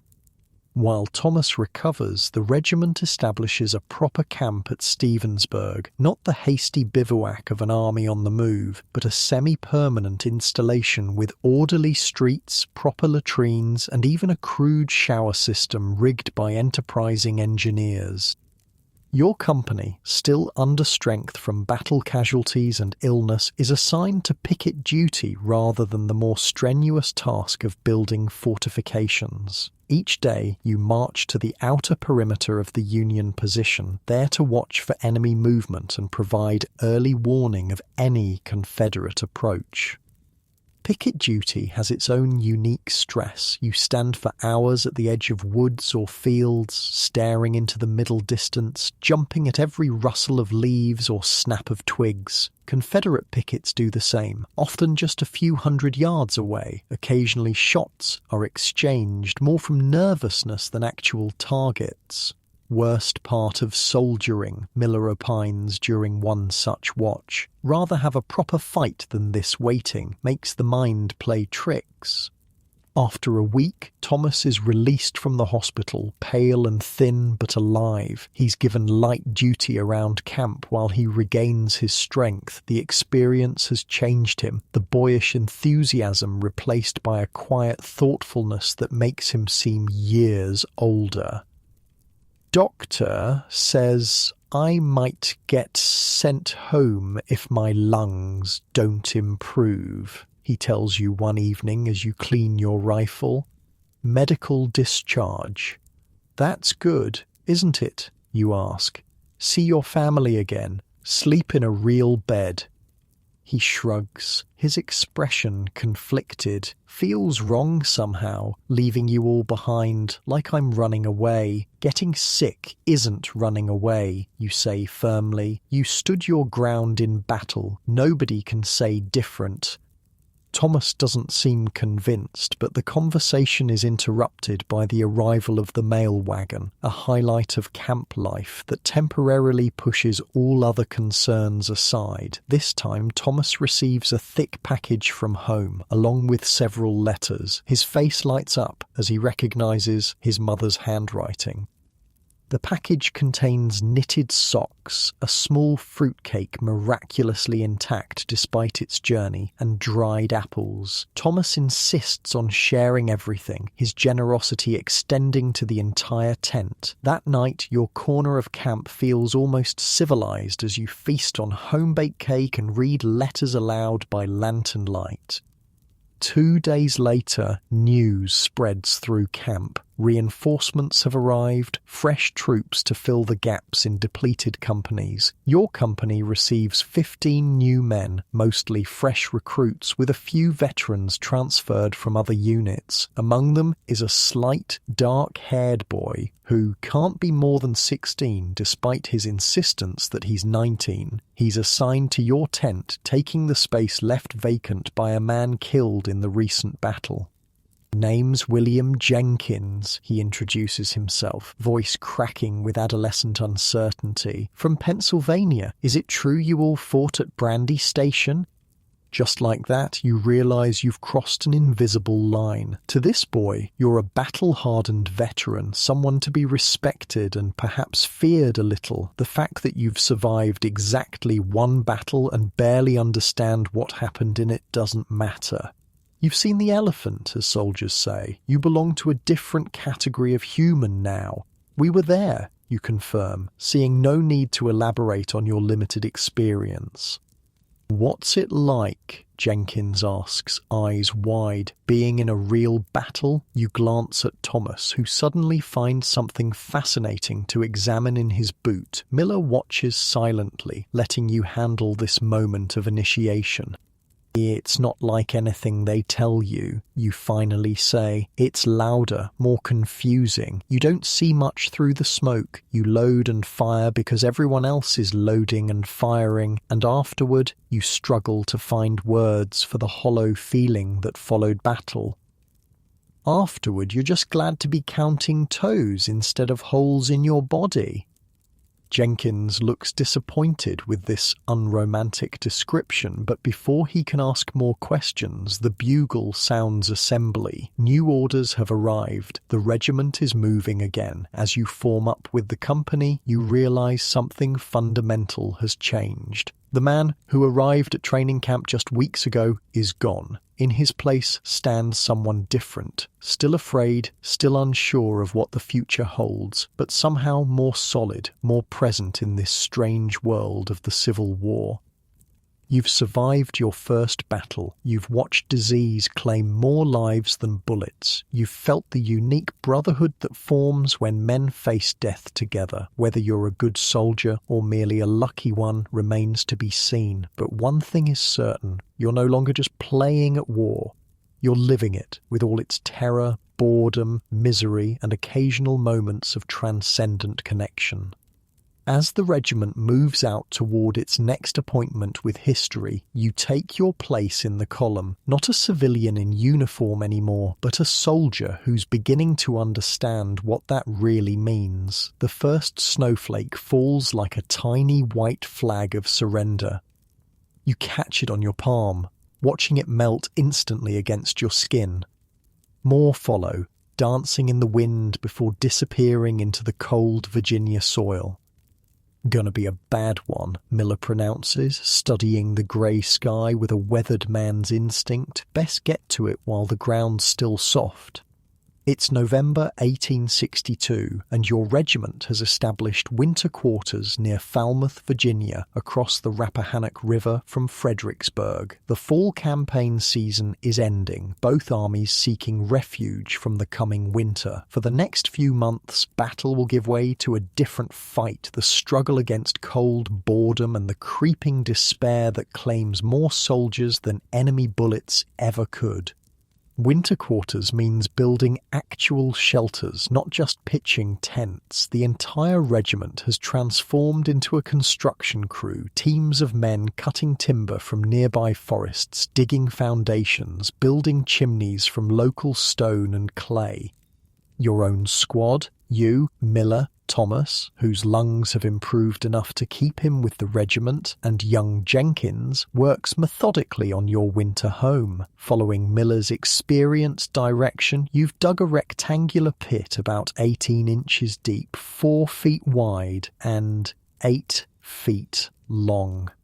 Deeper we dig, warmer we'll be, Miller explains, showing Jenkins how to square the corners. Heat rises, cold drops, you want to be below ground level.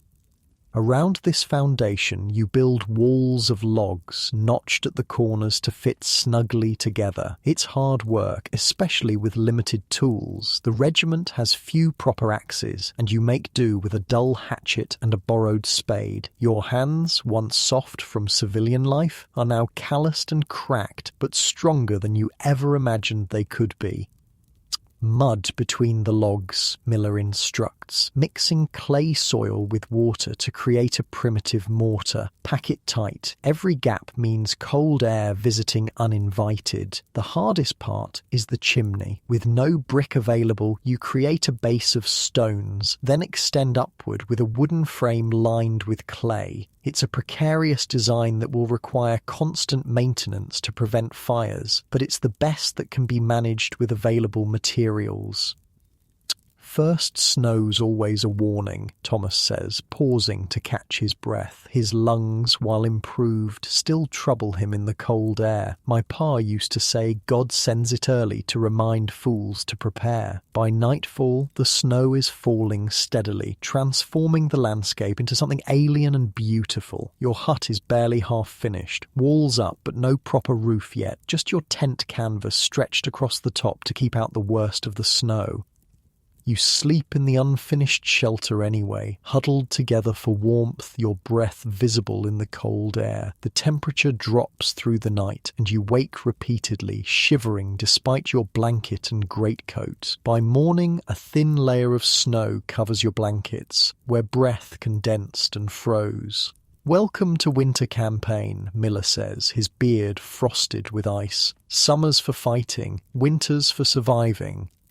The next day brings more snow, but also unexpected help. A nearby cavalry unit, better supplied than your infantry regiment, trades surplus tools for infantry assistance with their horse shelters. With proper axes and saws now available, work progresses rapidly. By the third day, your winter hut is taking proper shape. The walls stand about 6 feet high, the roof is framed with pine saplings, and the chimney draws reasonably well, filling the small space with blessed warmth from a carefully tended fire. Need a door next, Miller says, surveying your work with critical eyes. Something that actually keeps the cold out, not just a blanket over the opening. You salvage boards from hard-tack boxes, nailing them together to create a crude but effective door hung on leather hinges. Jenkins shows unexpected talent for detail work, carefully filling gaps with clay and moss to prevent drafts. Worked in my uncle's carpentry shop summers, he explains, when you comment on his skill. Never thought I'd be building my own house in the middle of a war. For that's what these structures are becoming, not just shelters, but homes. Throughout the regiment's camp, similar huts rise from the snowy ground, each reflecting the personality and ingenuity of its inhabitants. Some are plain wooden boxes, while others show surprising architectural flourishes, porches, decorative chimneys, even glass windows salvaged from abandoned farmhouses. Soldiers make do, Thomas observes, admiring a particularly elaborate hut where someone has created actual shingles from split wood. Give a soldier nothing but dirt and sticks, he'll build you a palace and complain it needs curtains. By the end of the week, your hut is complete, and none too soon. A proper winter storm descends, wind howling around the chimney, snow piling in drifts that reach the eaves in places. Inside, hunched around the small fire, you feel a surprising contentment. The space is cramped, smoky, and primitive by any civilian standard, but compared to a tent or open bivouac, it's practically luxurious.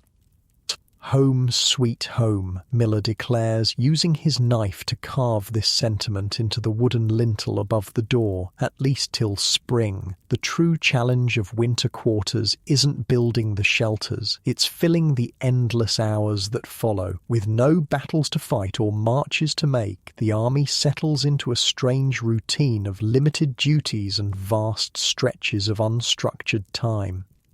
Daily roll call continues, along with drilling when weather permits. Picket duty rotates through the companies, sending men to cold outposts along the river where they watch for enemy movement through swirling snow. Wood must be gathered constantly to feed hungry fires. But these activities occupy only a fraction of each day. Boredom kills more soldiers than bullets in winter, Miller tells Jenkins, who's grown restless after just a few days of confinement. Man's mind turns against him when it's got nothing to chew on but itself. Different men find different solutions to this problem. Some gamble endlessly, using cards, dice, or improvised games of chance to pass hours and exchange the few coins they possess. Others write letters, filling pages with detailed descriptions of camp life and carefully avoiding mentions of the dead or dying that might worry loved ones at home. Religious men form prayer groups, holding services in larger huts or gathering around visiting chaplains. The more musically inclined organise impromptu concerts, fiddles and harmonicas, creating moments of beauty amid the frozen landscape. Your own squad develops its own rhythms for surviving the long winter days. Miller spends hours maintaining equipment, not just his own, but everyone's in the hut. He shows you how to properly grease leather to prevent cracking in the cold, how to keep rifle mechanisms functioning despite frost, how to waterproof boots with a mixture of beeswax and tallow. Thomas becomes the group's designated cook, transforming basic rations into something approaching actual meals through creative use of foraged ingredients and techniques learned from other soldiers. He masters the art of ash cakes, simple cornmeal dough baked directly in the coals, and creates a surprisingly tasty stew from salt pork, hardtack, and wild onions dug from beneath the snow. Jenkins, the youngest, serves as the hut's connection to camp gossip and news. Something about his eager, boyish face makes others share information with him, and he returns each day with stories and rumours from across the regiment. Some are obviously false, the war ending by Christmas, the Confederates surrendering en masse, but others contain kernels of truth that help you understand the larger strategic situation. Your own contribution becomes unexpected. You discover a talent for storytelling that helps fill the long evening hours. Having listened to veterans' tales and absorbed their rhythms, you can now spin these into narratives that capture the squad's attention. Some are true accounts of the battles you've witnessed. Others are borrowed from books you've read or stories you've heard, but all serve the crucial purpose of transporting minds beyond the confines of the small hut. Tell the one about the cavalry charge again, Jenkins requests. One particularly bitter night when wind makes the chimney smoke and cold seeps through every crack despite your best efforts at insulation. You oblige, describing a dramatic skirmish you witnessed during the fall campaign, embellishing certain details for effect but capturing the essential truth of men and horses moving like a single organism across an open field. The story serves multiple purposes, entertainment certainly, but also education for Jenkins, who has yet to see real combat, and a way for Thomas to process his own battlefield memories through the safer lens of someone else's words.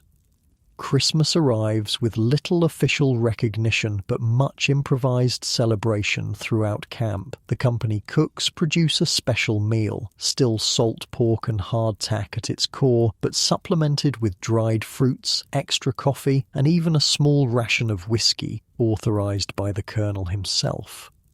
Your squad exchanges humble gifts: a carved wooden pipe from Miller to you, extra socks knitted from unravelled blanket yarn by Thomas, a surprisingly accurate sketch of the hut drawn by Jenkins that you all agree to mail home when possible. "Never thought I'd be saying Merry Christmas to you sorry lot instead of my family," Thomas says, his voice carrying both humour and homesickness. "But here we are, and I'm grateful at least for walls and a fire."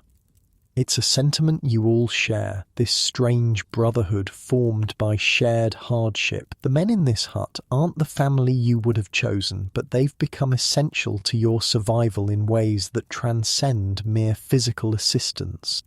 The new year brings intensified cold and the first serious outbreaks of disease. Pneumonia, typhoid, and various fevers sweep through the camp, claiming victims daily. The regimental surgeon is overwhelmed, his hospital tent, now reinforced with wooden walls, filled beyond capacity. "Don't get sick if you can help it," Miller advises grimly after visiting a friend in the hospital. "More die from the cure than the disease in that place." Your hut adopts stringent health measures under Miller's direction, regular airing out despite the cold, careful food preparation, drinking only boiled water. Whether through these precautions or simple luck, you avoid the worst illnesses, though all of you suffer from the persistent camp cough that becomes the soundtrack of winter quarters. January brings another challenge: dwindling supplies. The frozen roads make wagon transport difficult, and rations are reduced to their most basic components. Coffee becomes a precious commodity, carefully hoarded and rebrewed until it's little more than brown water. Fresh meat disappears entirely, leaving only salt pork and beef so heavily preserved it must be soaked overnight to be edible. "Army logistics," Miller explains when Jenkins complains about the deteriorating food situation. "Summer and fall they stockpile for winter. By January supplies run low. By February we'll be eating our boots unless roads clear." He's only half joking. Veterans tell stories of previous winters when men boiled leather straps for soup, ate bark and roots, or went days with nothing but melted snow and hardtack too worm-eaten to be recognised as food. Your squad supplements official rations through a combination of foraging, trading, and occasional nighttime expeditions that Miller refers to as requisitioning rather than the more accurate stealing. These activities exist in a grey area, officially prohibited but tacitly accepted by officers who know that hungry men make poor soldiers.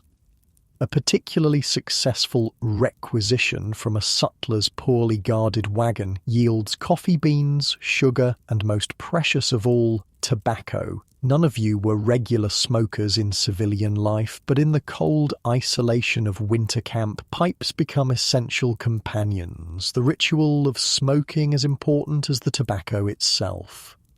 Nothing worse than a bored, cold, hungry soldier with no tobacco, Miller observes, carefully dividing the precious leaves. That's when men start thinking about desertion.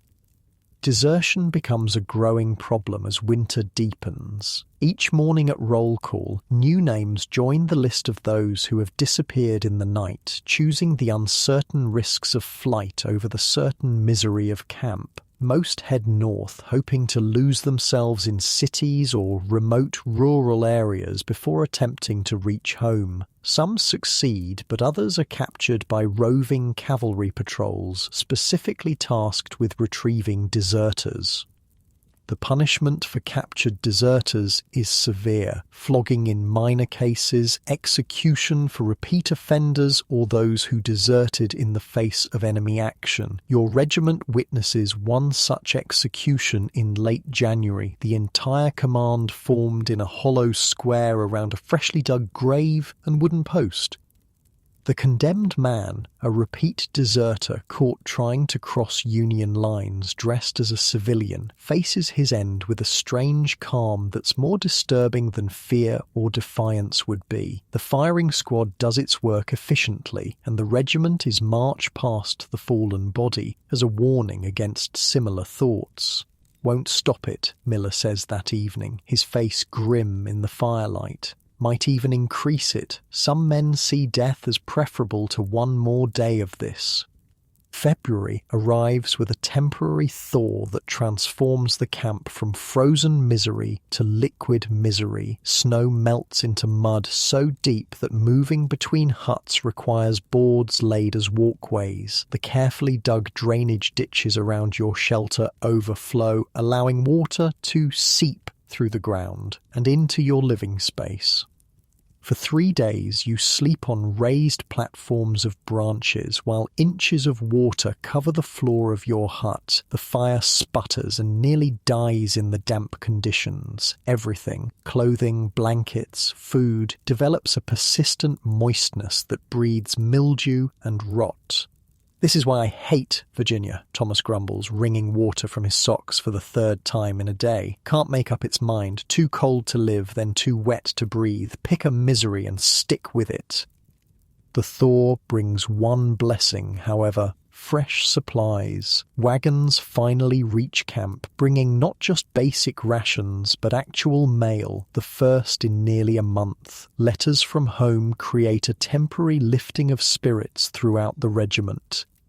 You receive 2 letters, one from family with news both mundane and precious, another surprisingly from a neighbour's daughter who writes with unexpected warmth about her hopes for your safe return. This second letter you read privately, multiple times, before carefully storing it in your breast pocket close to your heart.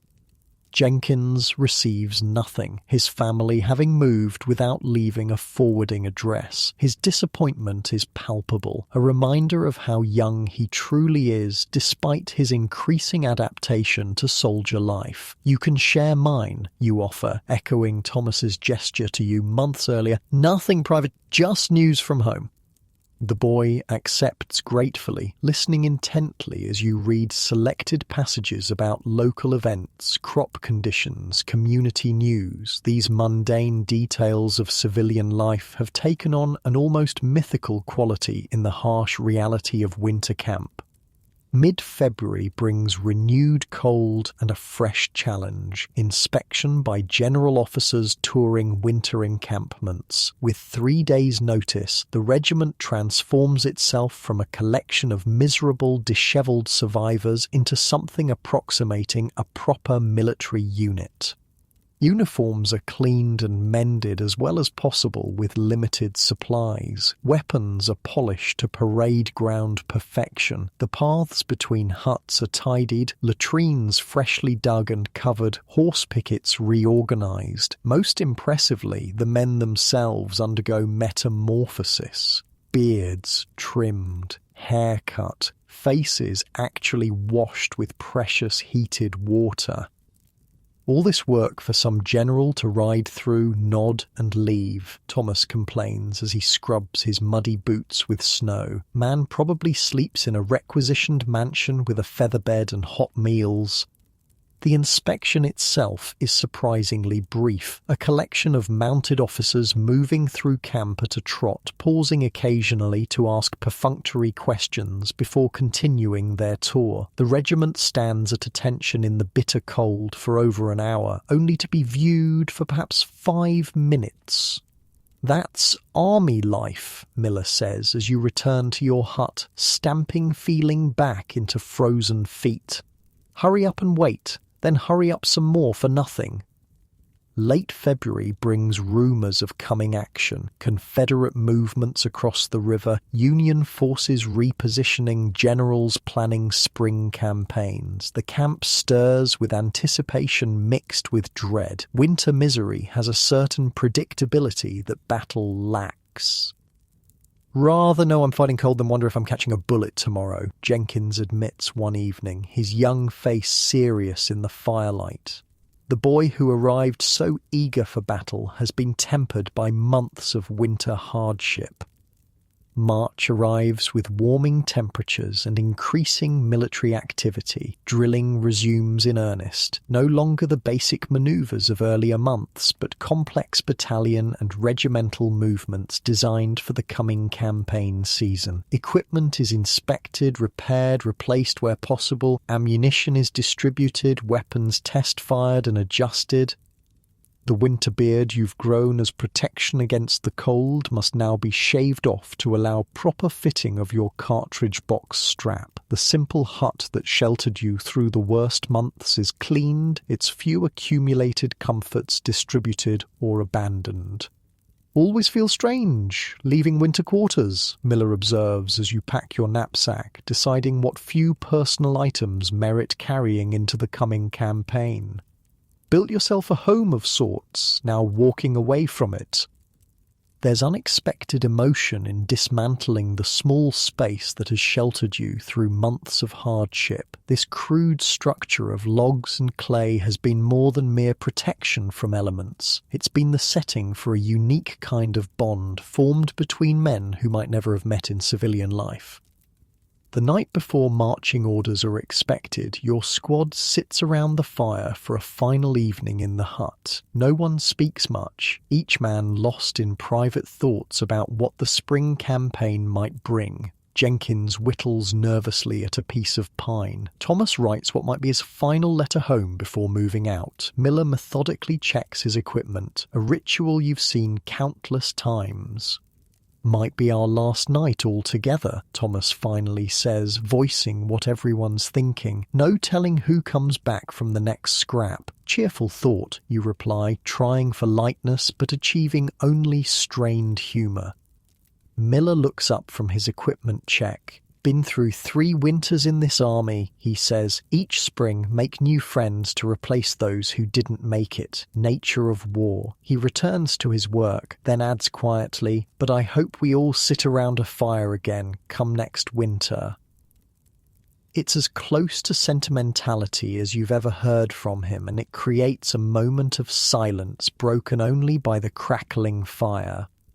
"We will," Jenkins says with the simple certainty of youth. "All of us." No one contradicts him, allowing the comforting fiction to stand. In this moment, on the edge of spring and renewed warfare, such hope seems a necessary shield against the reality waiting beyond the hut's door. The bugle sounds reveille before dawn, its notes carrying a different weight than the routine morning calls of winter. This is marching reveille, the signal that the winter pause has officially ended, that the business of war resumes in earnest. You step outside into the grey pre-dawn light, knapsack packed, rifle cleaned, 60 rounds of ammunition in your cartridge box. Around you, the regiment assembles, forming into companies that seem painfully under strength after winter's toll of disease and desertion. The huts that sheltered you through months of cold stand empty now, already beginning to look abandoned, though their occupants still form ranks nearby. In a matter of hours, these carefully constructed shelters will be just another set of ruins in a landscape increasingly defined by the artifacts of war. Forward march.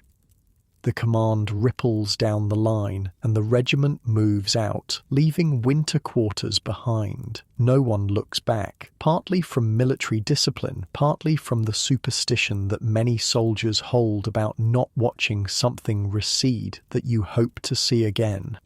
The spring campaign has begun. The relative safety of winter confinement gives way to the uncertainty of active warfare. The bonds forged in that small hut will now be tested in a crucible of marching, hunger, fear, and ultimately battle. As your boots break the thin crust of frost on the road leading south, you realise something important has changed during the winter months. You're no longer just surviving as a Civil War soldier. You've become one, fully integrated into this strange brotherhood of shared suffering and purpose. Whether that transformation will help you survive the coming campaign remains to be seen, but as the rising sun burns away the morning mist, illuminating the long blue column stretching ahead and behind, you feel a complex emotion that contains both dread and pride. You've survived a winter in the Union Army, something thousands failed to do. Whatever comes next, that achievement can't be taken from you. The question now is what price the spring will demand for its own passage. The war doesn't end for you with a grand battle or heroic charge. It ends with a letter delivered to your regiment in early May 1865, a full month after Lee's surrender at Appomattox. Honourable Discharge, the captain announces, handing you the official paper with its ornate letterhead and formal language. Medical reasons. Report to Washington for processing and final pay.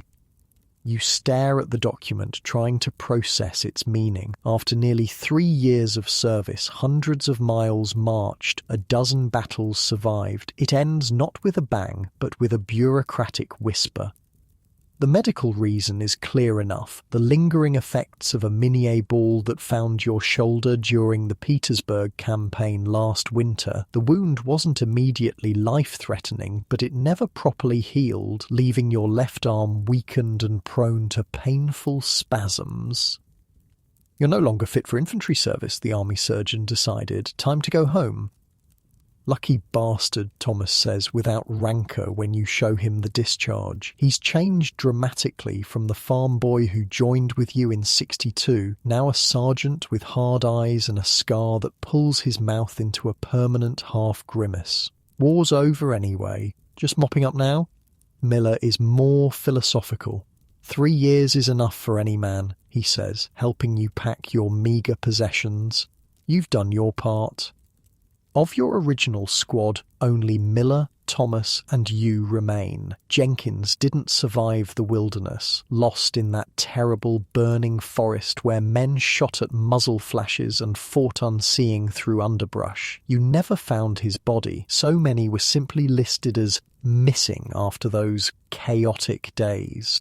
Others joined your squad, fought alongside you, died or were wounded or simply transferred elsewhere as the great shuffling of men continued through years of war. Their faces blur in your memory now, distinguished more by how they left than who they were. The boy who took a shell fragment through the neck at Cold Harbour, the replacement who lasted 6 hours before typhoid claimed him, the veteran from another regiment who stepped on a mine outside Petersburg.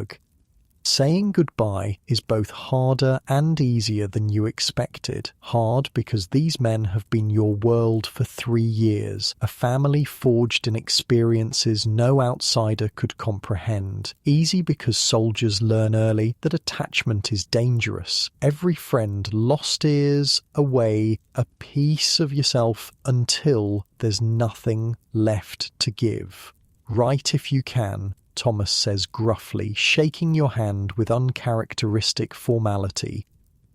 Stay away from windows, Miller advises with gallows humour. Snipers love targeting veterans who survived the whole damn war. The journey home is disorienting. From the disciplined environment of the regiment, you're suddenly thrust into the chaotic civilian world. Railroad stations crowded with travellers, cities bustling with commerce, as if war had been a distant inconvenience rather than a national bloodletting. In Washington, you join hundreds of other discharged soldiers navigating a bureaucratic maze to receive final pay and official papers. The process takes days, during which you sleep in boarding houses filled with men like yourself, displaced warriors whose purpose has suddenly evaporated. The conversations in these temporary shelters reveal a universal uncertainty. What now, after years of having every decision made by others, every need, however poorly, provided by the army? How does one simply resume civilian life? Going back to farming, announces a one-legged artillery sergeant from Ohio, can still plough with a peg leg, just got to train the horses not to spook at it. Opening a store, says another veteran, his empty right sleeve pinned neatly to his shoulder. Army taught me about supply. Figure I can apply that to peacetime goods. Some have no plans, no homes to return to. The war consumed everything they left behind. Farms burned, families relocated, opportunities vanished. These men speak vaguely of heading west, finding new beginnings in territories where the war's shadow might not reach.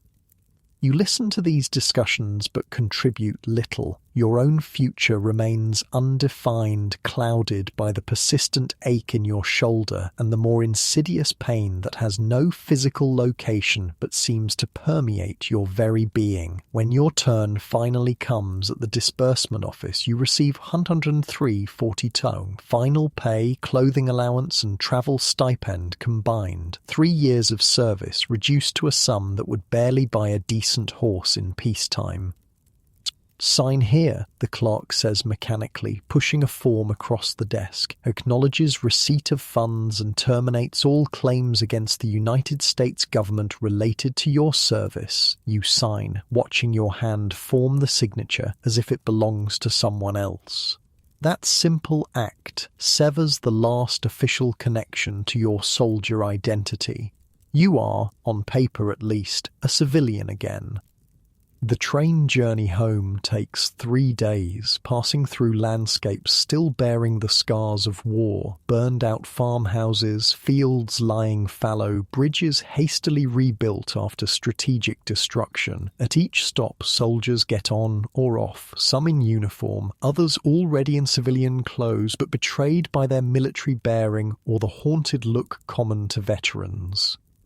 You notice how civilian passengers react to your presence, some with gratitude or respect, others with unease, as if your proximity to violence might somehow be contagious. A well-dressed businessman changes seats rather than sit across from you, while a matron insists on giving you her basket of baked goods despite your polite refusal. They don't know what to make of us, observes an elderly veteran of both the Mexican and Civil Wars, seated beside you for one leg of the journey. Can't decide if we're heroes or killers or both. Truth is, we're just men who've seen things they can't imagine and hope they never will. The final miles to your hometown pass with increasing anxiety. 3 years have transformed not just you, but potentially everything and everyone you left behind. Letters home, while regular, conveyed only the most sanitized version of your experiences. How do you reconnect with people who knew the person you were, but cannot comprehend the person you've become? The train station is much as you remember it, though a new monument now stands nearby, a simple obelisk bearing the names of local men who didn't return. You scan it automatically, recognizing several names from your old neighborhood. No one meets you at the station. Your arrival date was uncertain, and telegrams are expensive. You shoulder your knapsack, the weight familiar after years of carrying much heavier loads, and begin the mile walk to your family's house. The town seems simultaneously unchanged and utterly different. Buildings stand where you remember them, but signs have changed. New construction has filled empty lots, and the people are engaged in normal activities that now seem alien to you. A woman hangs laundry without scanning the horizon for smoke. Children play without falling silent at approaching footsteps. Men argue over business matters as if such concerns are life and death. You pass the general store where you bought your first pocket knife, the church where you sat through interminable sermons, the school where you learned to read and write. Each landmark exists in double vision, what it was in your memory, what it is now in reality. People glance at you, some with recognition dawning in their eyes, others with the wary look reserved for strangers. Your uniform, worn for the journey home because you own no civilian clothes, marks you as a returning soldier. Several men nod respectfully. A former schoolmate starts to approach, then hesitates, perhaps noting the difference in your bearing or the hardness in your eyes. Your family's house appears around the bend in the road, the familiar two-story clapboard with its sagging porch and crooked chimney. Smoke rises from the kitchen, suggesting someone is home, preparing an ordinary meal on an ordinary day that is about to become extraordinary. For a moment, you consider continuing past, walking to the next town, the next state, anywhere but into the inevitable awkwardness of reunion. How do you explain to these people who love you that the person they remember no longer exists? How do you tell them about Miller and Thomas and Jenkins and all the others without revealing the horrors that bound you together? The decision is made for you when the door opens. Your mother emerges, shading her eyes against the afternoon sun, alerted perhaps by some sixth sense that her child approaches. She sees you, freezes for a heartbeat, then runs down the path with a cry that contains both joy and the release of years of fear. The embrace is both comforting and uncomfortable. Comforting in its genuine emotion, uncomfortable in the intimacy you've grown unaccustomed to after years in the masculine world of the army. You return it stiffly at first, then with increasing abandonment as something breaks inside you. "You're home," she says, pulling back to study your face with tear-filled eyes. "My boy is home." Boy. The word strikes a discordant note. You haven't been a boy since watching Jenkins bleed out in the wilderness, calling for his mother with his last breath, but you nod, unwilling to correct her in this moment of reunion. The next hours pass in a blur of emotions and introductions. Your father, greyer and more stooped than you remember, pumping your hand with fierce pride. Your younger siblings, some barely recognizable after 3 years of growth, alternately shy and exuberantly curious about your experiences. Neighbors arriving with food and questions and tearful gratitude for your service. Through it all, you maintain the facade they need, the returning hero, sobered by war but essentially unchanged. You answer questions selectively, focusing on the camaraderie and patriotism, omitting the terror and brutality. You accept their gratitude gracefully, though inside you question what exactly you accomplished that deserves such thanks. That night, given your old bedroom now shared with a younger brother who watches you with undisguised hero worship, sleep eludes you. The bed is too soft after years of ground or wooden bunks. The silence is too complete without the sounds of men coughing, shifting, occasionally crying out from nightmares. The safety is too absolute without the need to maintain constant vigilance. Around midnight, you quietly dress and go outside, seeking comfort in the open air. The stars overhead are the same ones you watched from picket duty, from forced marches, from battlefield bivouacs where the wounded moaned through the night. At least these constants remain, bridging your soldier life and whatever comes next. Couldn't sleep either, huh?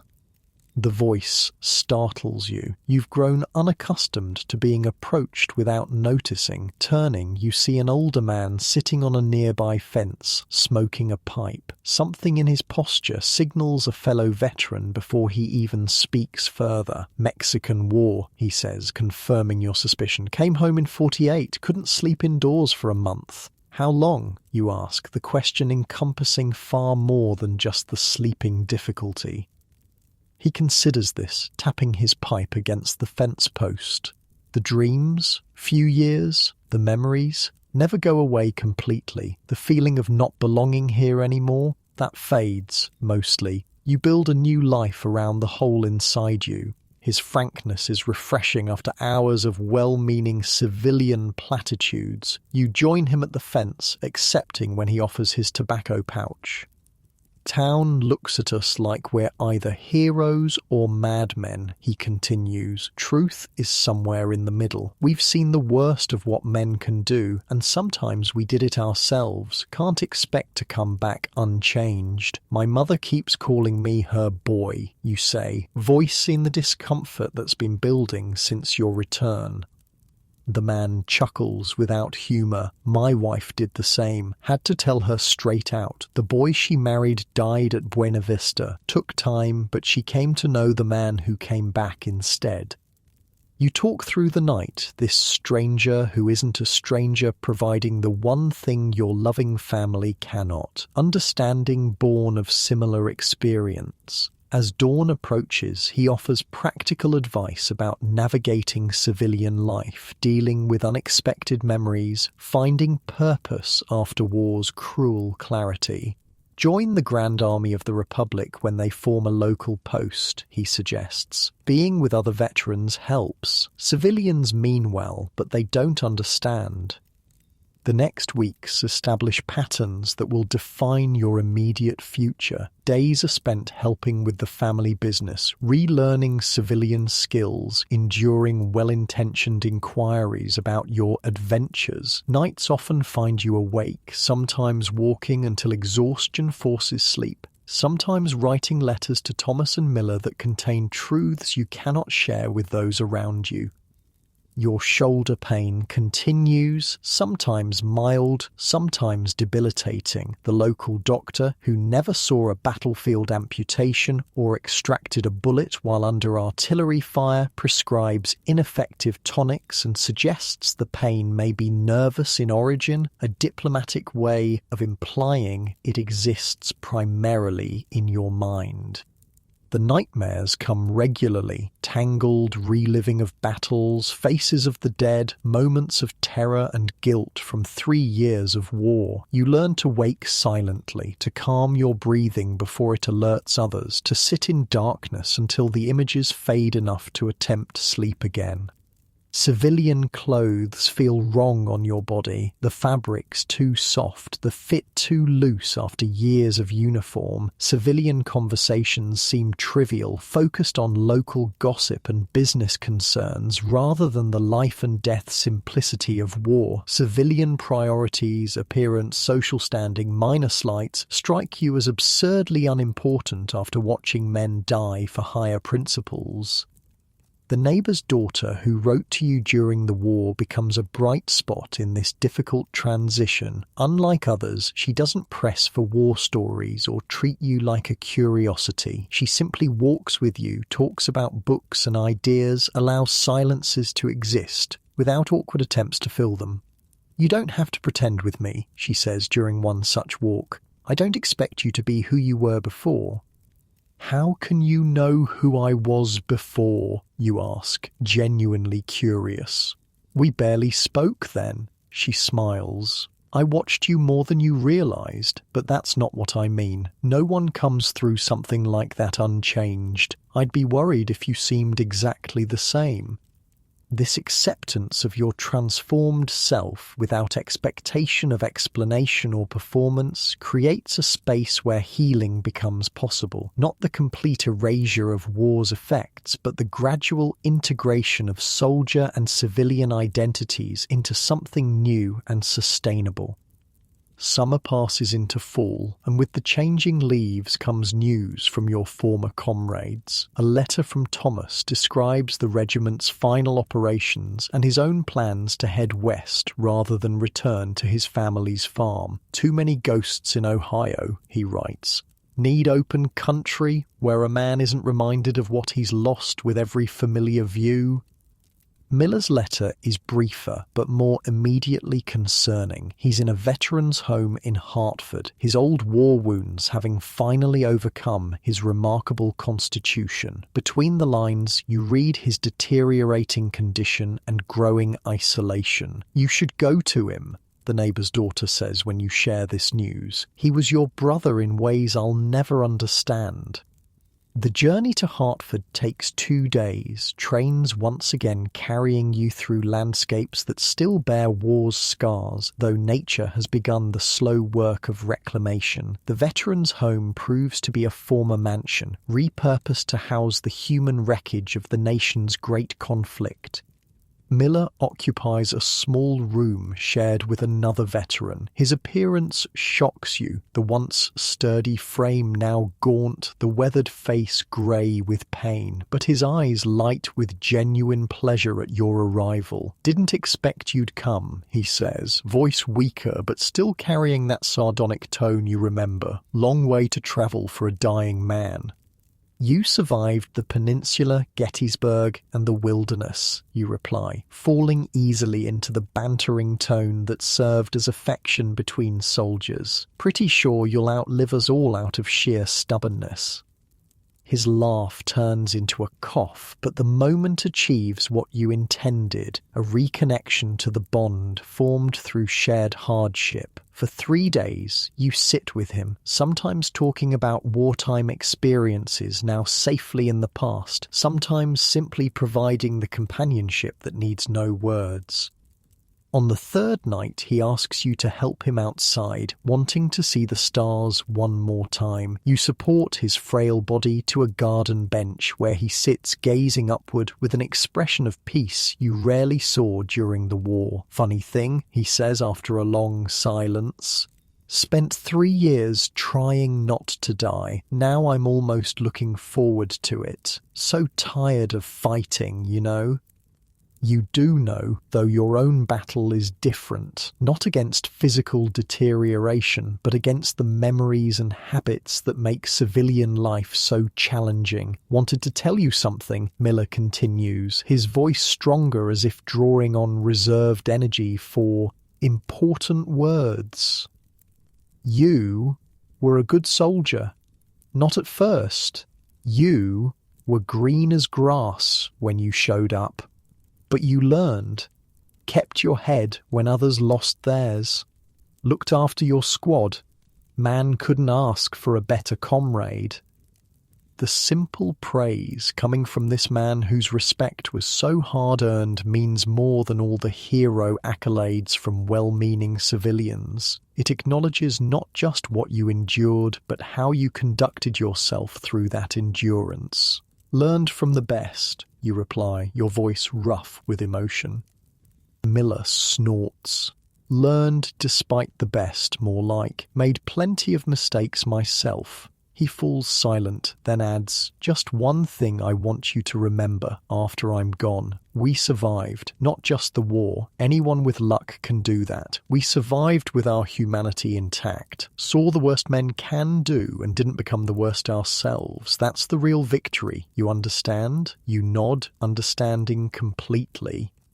Miller dies 3 days later, slipping away quietly in his sleep, a peaceful end that seems almost unfair given the violence that defined so much of his life. You arrange for his burial with his few possessions, including the tattered diary he kept throughout the war, which he explicitly left to you. The journey home feels different, a closing of one chapter, the beginning of another. Reading Miller's diary on the train reveals a man more thoughtful, more troubled, and ultimately more hopeful than the stoic exterior he presented to the world. His final entries speak not of battlefield glory, but of his desire for the nation to heal, for the sacrifices to mean something beyond victory or defeat. Returning to your hometown, you find it transformed by autumn, harvest underway, preparations for winter beginning, the rhythms of civilian life continuing as they have for generations before the war and will for generations after. These cycles that once seemed trivial now appear as the very foundation of what you fought to preserve. The neighbour's daughter, Catherine is her name, though somehow you've thought of her primarily by her relationship to you, meets you at the station, something in her face suggesting a decision has been made during your absence. "I've been thinking," she says as you walk together through fallen leaves, "about us, about the future. Have you now? You respond, a lightness in your tone that would have been impossible months earlier. Life's too short for hesitation, she continues. We've both seen enough to know that, so I'm asking, would you consider building a life together? Not the life either of us might have had without the war, but something new, something that acknowledges what's happened but isn't defined by it?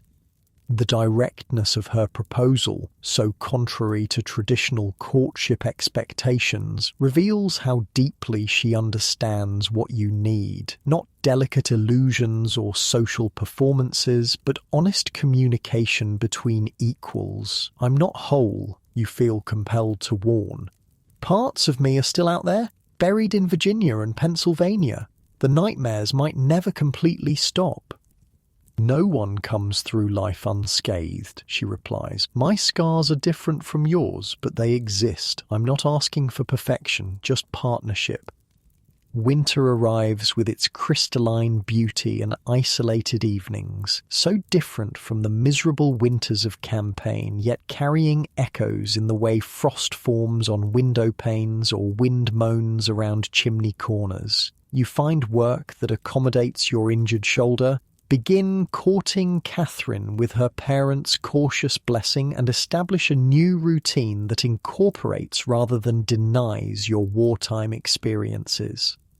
The nightmares continue, but with decreasing frequency. You still wake sometimes in the grip of terror, momentarily confused about where and when you exist, but recovery comes quicker now, the return to present reality more immediate. An unexpected letter arrives in January. Thomas, writing from Nebraska Territory, where he's found work with a surveying company. His words carry a tentative optimism, a sense of possibilities that transcend the destruction you both witnessed. Wide country out here, he writes. Room to breathe, room to forget, maybe even room to build something new.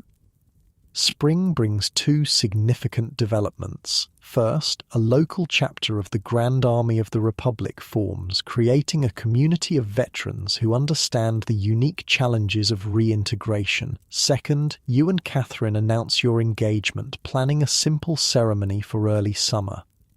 The GAR meetings become an essential part of your healing process. Among fellow veterans, you can speak truths that civilian ears cannot bear. The shared experiences, both traumatic and transcendent, create bonds that require no explanation. Together, you navigate the complex territory between honoring your service and moving beyond it, between remembering the dead and living fully among the living. Your wedding day dawns clear and warm, the kind of perfect June morning that seems to validate the possibility of new beginnings. The ceremony itself is brief, attended by family and close friends, including several veterans who stand with uncomfortable formality in rarely worn suits. Catherine's vows include a line that brings unexpected tears to your eyes. I promise to love both the man you were before the war, the man you became during it, and the man you are still becoming after it. The reception that follows has moments of genuine joy, intermixed with inevitable awkwardness as civilian and military worlds attempt integration. You find yourself instinctively grouping guests into categories, those who served and those who didn't, before consciously breaking this pattern, moving between groups, building bridges. Late in the evening, you step outside for a moment of quiet, gazing at stars that have witnessed every human conflict yet continue their indifferent journey across the heavens. Catherine joins you, her hand finding yours in the darkness. Happy? She asks simply. The question deserves honest consideration. Happiness as you once understood it, the uncomplicated emotion of pre-war youth, no longer exists for you. What has replaced it is something more complex, moments of joy emerging from a background of hard-earned wisdom, appreciation deepened by knowledge of alternatives, peace made meaningful by memories of its absence. Yes, you answer finally. Not the way I once would have defined it, but yes. She nods, understanding as she so often does what remains unspoken. "Did you ever think, during the worst of it, that you'd be standing here someday?" she asks. "That survival was possible?" The question brings memories flooding back, the miserable winter quarters, the terror of battle lines forming, the endless marches through dust and mud, the comrades lost to bullets and disease. Miller's face appears most vividly, his weathered features set in that characteristic expression of sardonic endurance. Or sometimes, you admit, not often, but sometimes. There were men who never lost sight of after, who carried pictures of home, who talked about what they'd do when it was over. I think they survived better than those who couldn't see past the next battle. And you? What kept you going? You consider this, searching for the truth beneath convenient answers. At first, just not wanting to die, then not wanting to let down the men beside me. By the end, it was wanting to be worthy of coming back, wanting to be someone who could live in peace again without bringing war back with him. She squeezes your hand. You are. Not because you've forgotten or because you pretend it didn't change you, but because you've found a way to carry it without being crushed by it. As you stand there in the gathering darkness, the sounds of celebration continuing behind you, you realize something profound. The question that has haunted you since discharge, could you survive as a Civil War soldier, was only half the question. The full version, the one that truly matters, is, could you survive as a Civil War soldier and then learn to live as something else? The answer, you now understand, is yes. Not easily, not perfectly, not without scars both visible and hidden, but yes, survival extends beyond the battlefield, beyond the hospital, beyond the moment of discharge. It encompasses this harder, quieter struggle to reconcile what was with what is, to build something meaningful from experiences that threatened to destroy everything meaningful. Miller's words return to you. We survived with our humanity intact. That's the real victory. Looking at the woman beside you, at the life stretching before you, at the hard-won wisdom that now informs your understanding of both joy and suffering, you silently acknowledge the truth of his statement. The greatest victory was never about armies or flags or territory. It was about returning, not unchanged, but undefeated in spirit, to build rather than destroy, to love rather than hate, to live fully in peace after seeing the worst of war. "Come back inside," Catherine says softly. "There are people waiting for us." You follow her toward the light and sound of celebration, leaving the battlefield memories in the darkness where they belong, not forgotten, never forgotten, but no longer controlling the path ahead. For the first time since your discharge, perhaps the first time since your enlistment, you feel not just like a survivor, but like someone who might genuinely thrive in this hard-won peace. The question has been answered. You could survive as a Civil War soldier, and more importantly, you can survive as the man who comes after, carrying those experiences into a future limited only by your willingness to embrace it. As you sink deeper into your warm, comfortable bed, allow that thought to settle into your mind. The greatest courage isn't in fighting battles, but in continuing forward after they end, in choosing life even after witnessing so much death, in finding peace within yourself when the world has shown you its worst. Sleep now, knowing that survival, true survival, is always possible, even after the darkest experiences. The human spirit has an extraordinary capacity to endure, to heal, and ultimately to transform suffering into wisdom that makes life not just bearable, but beautiful.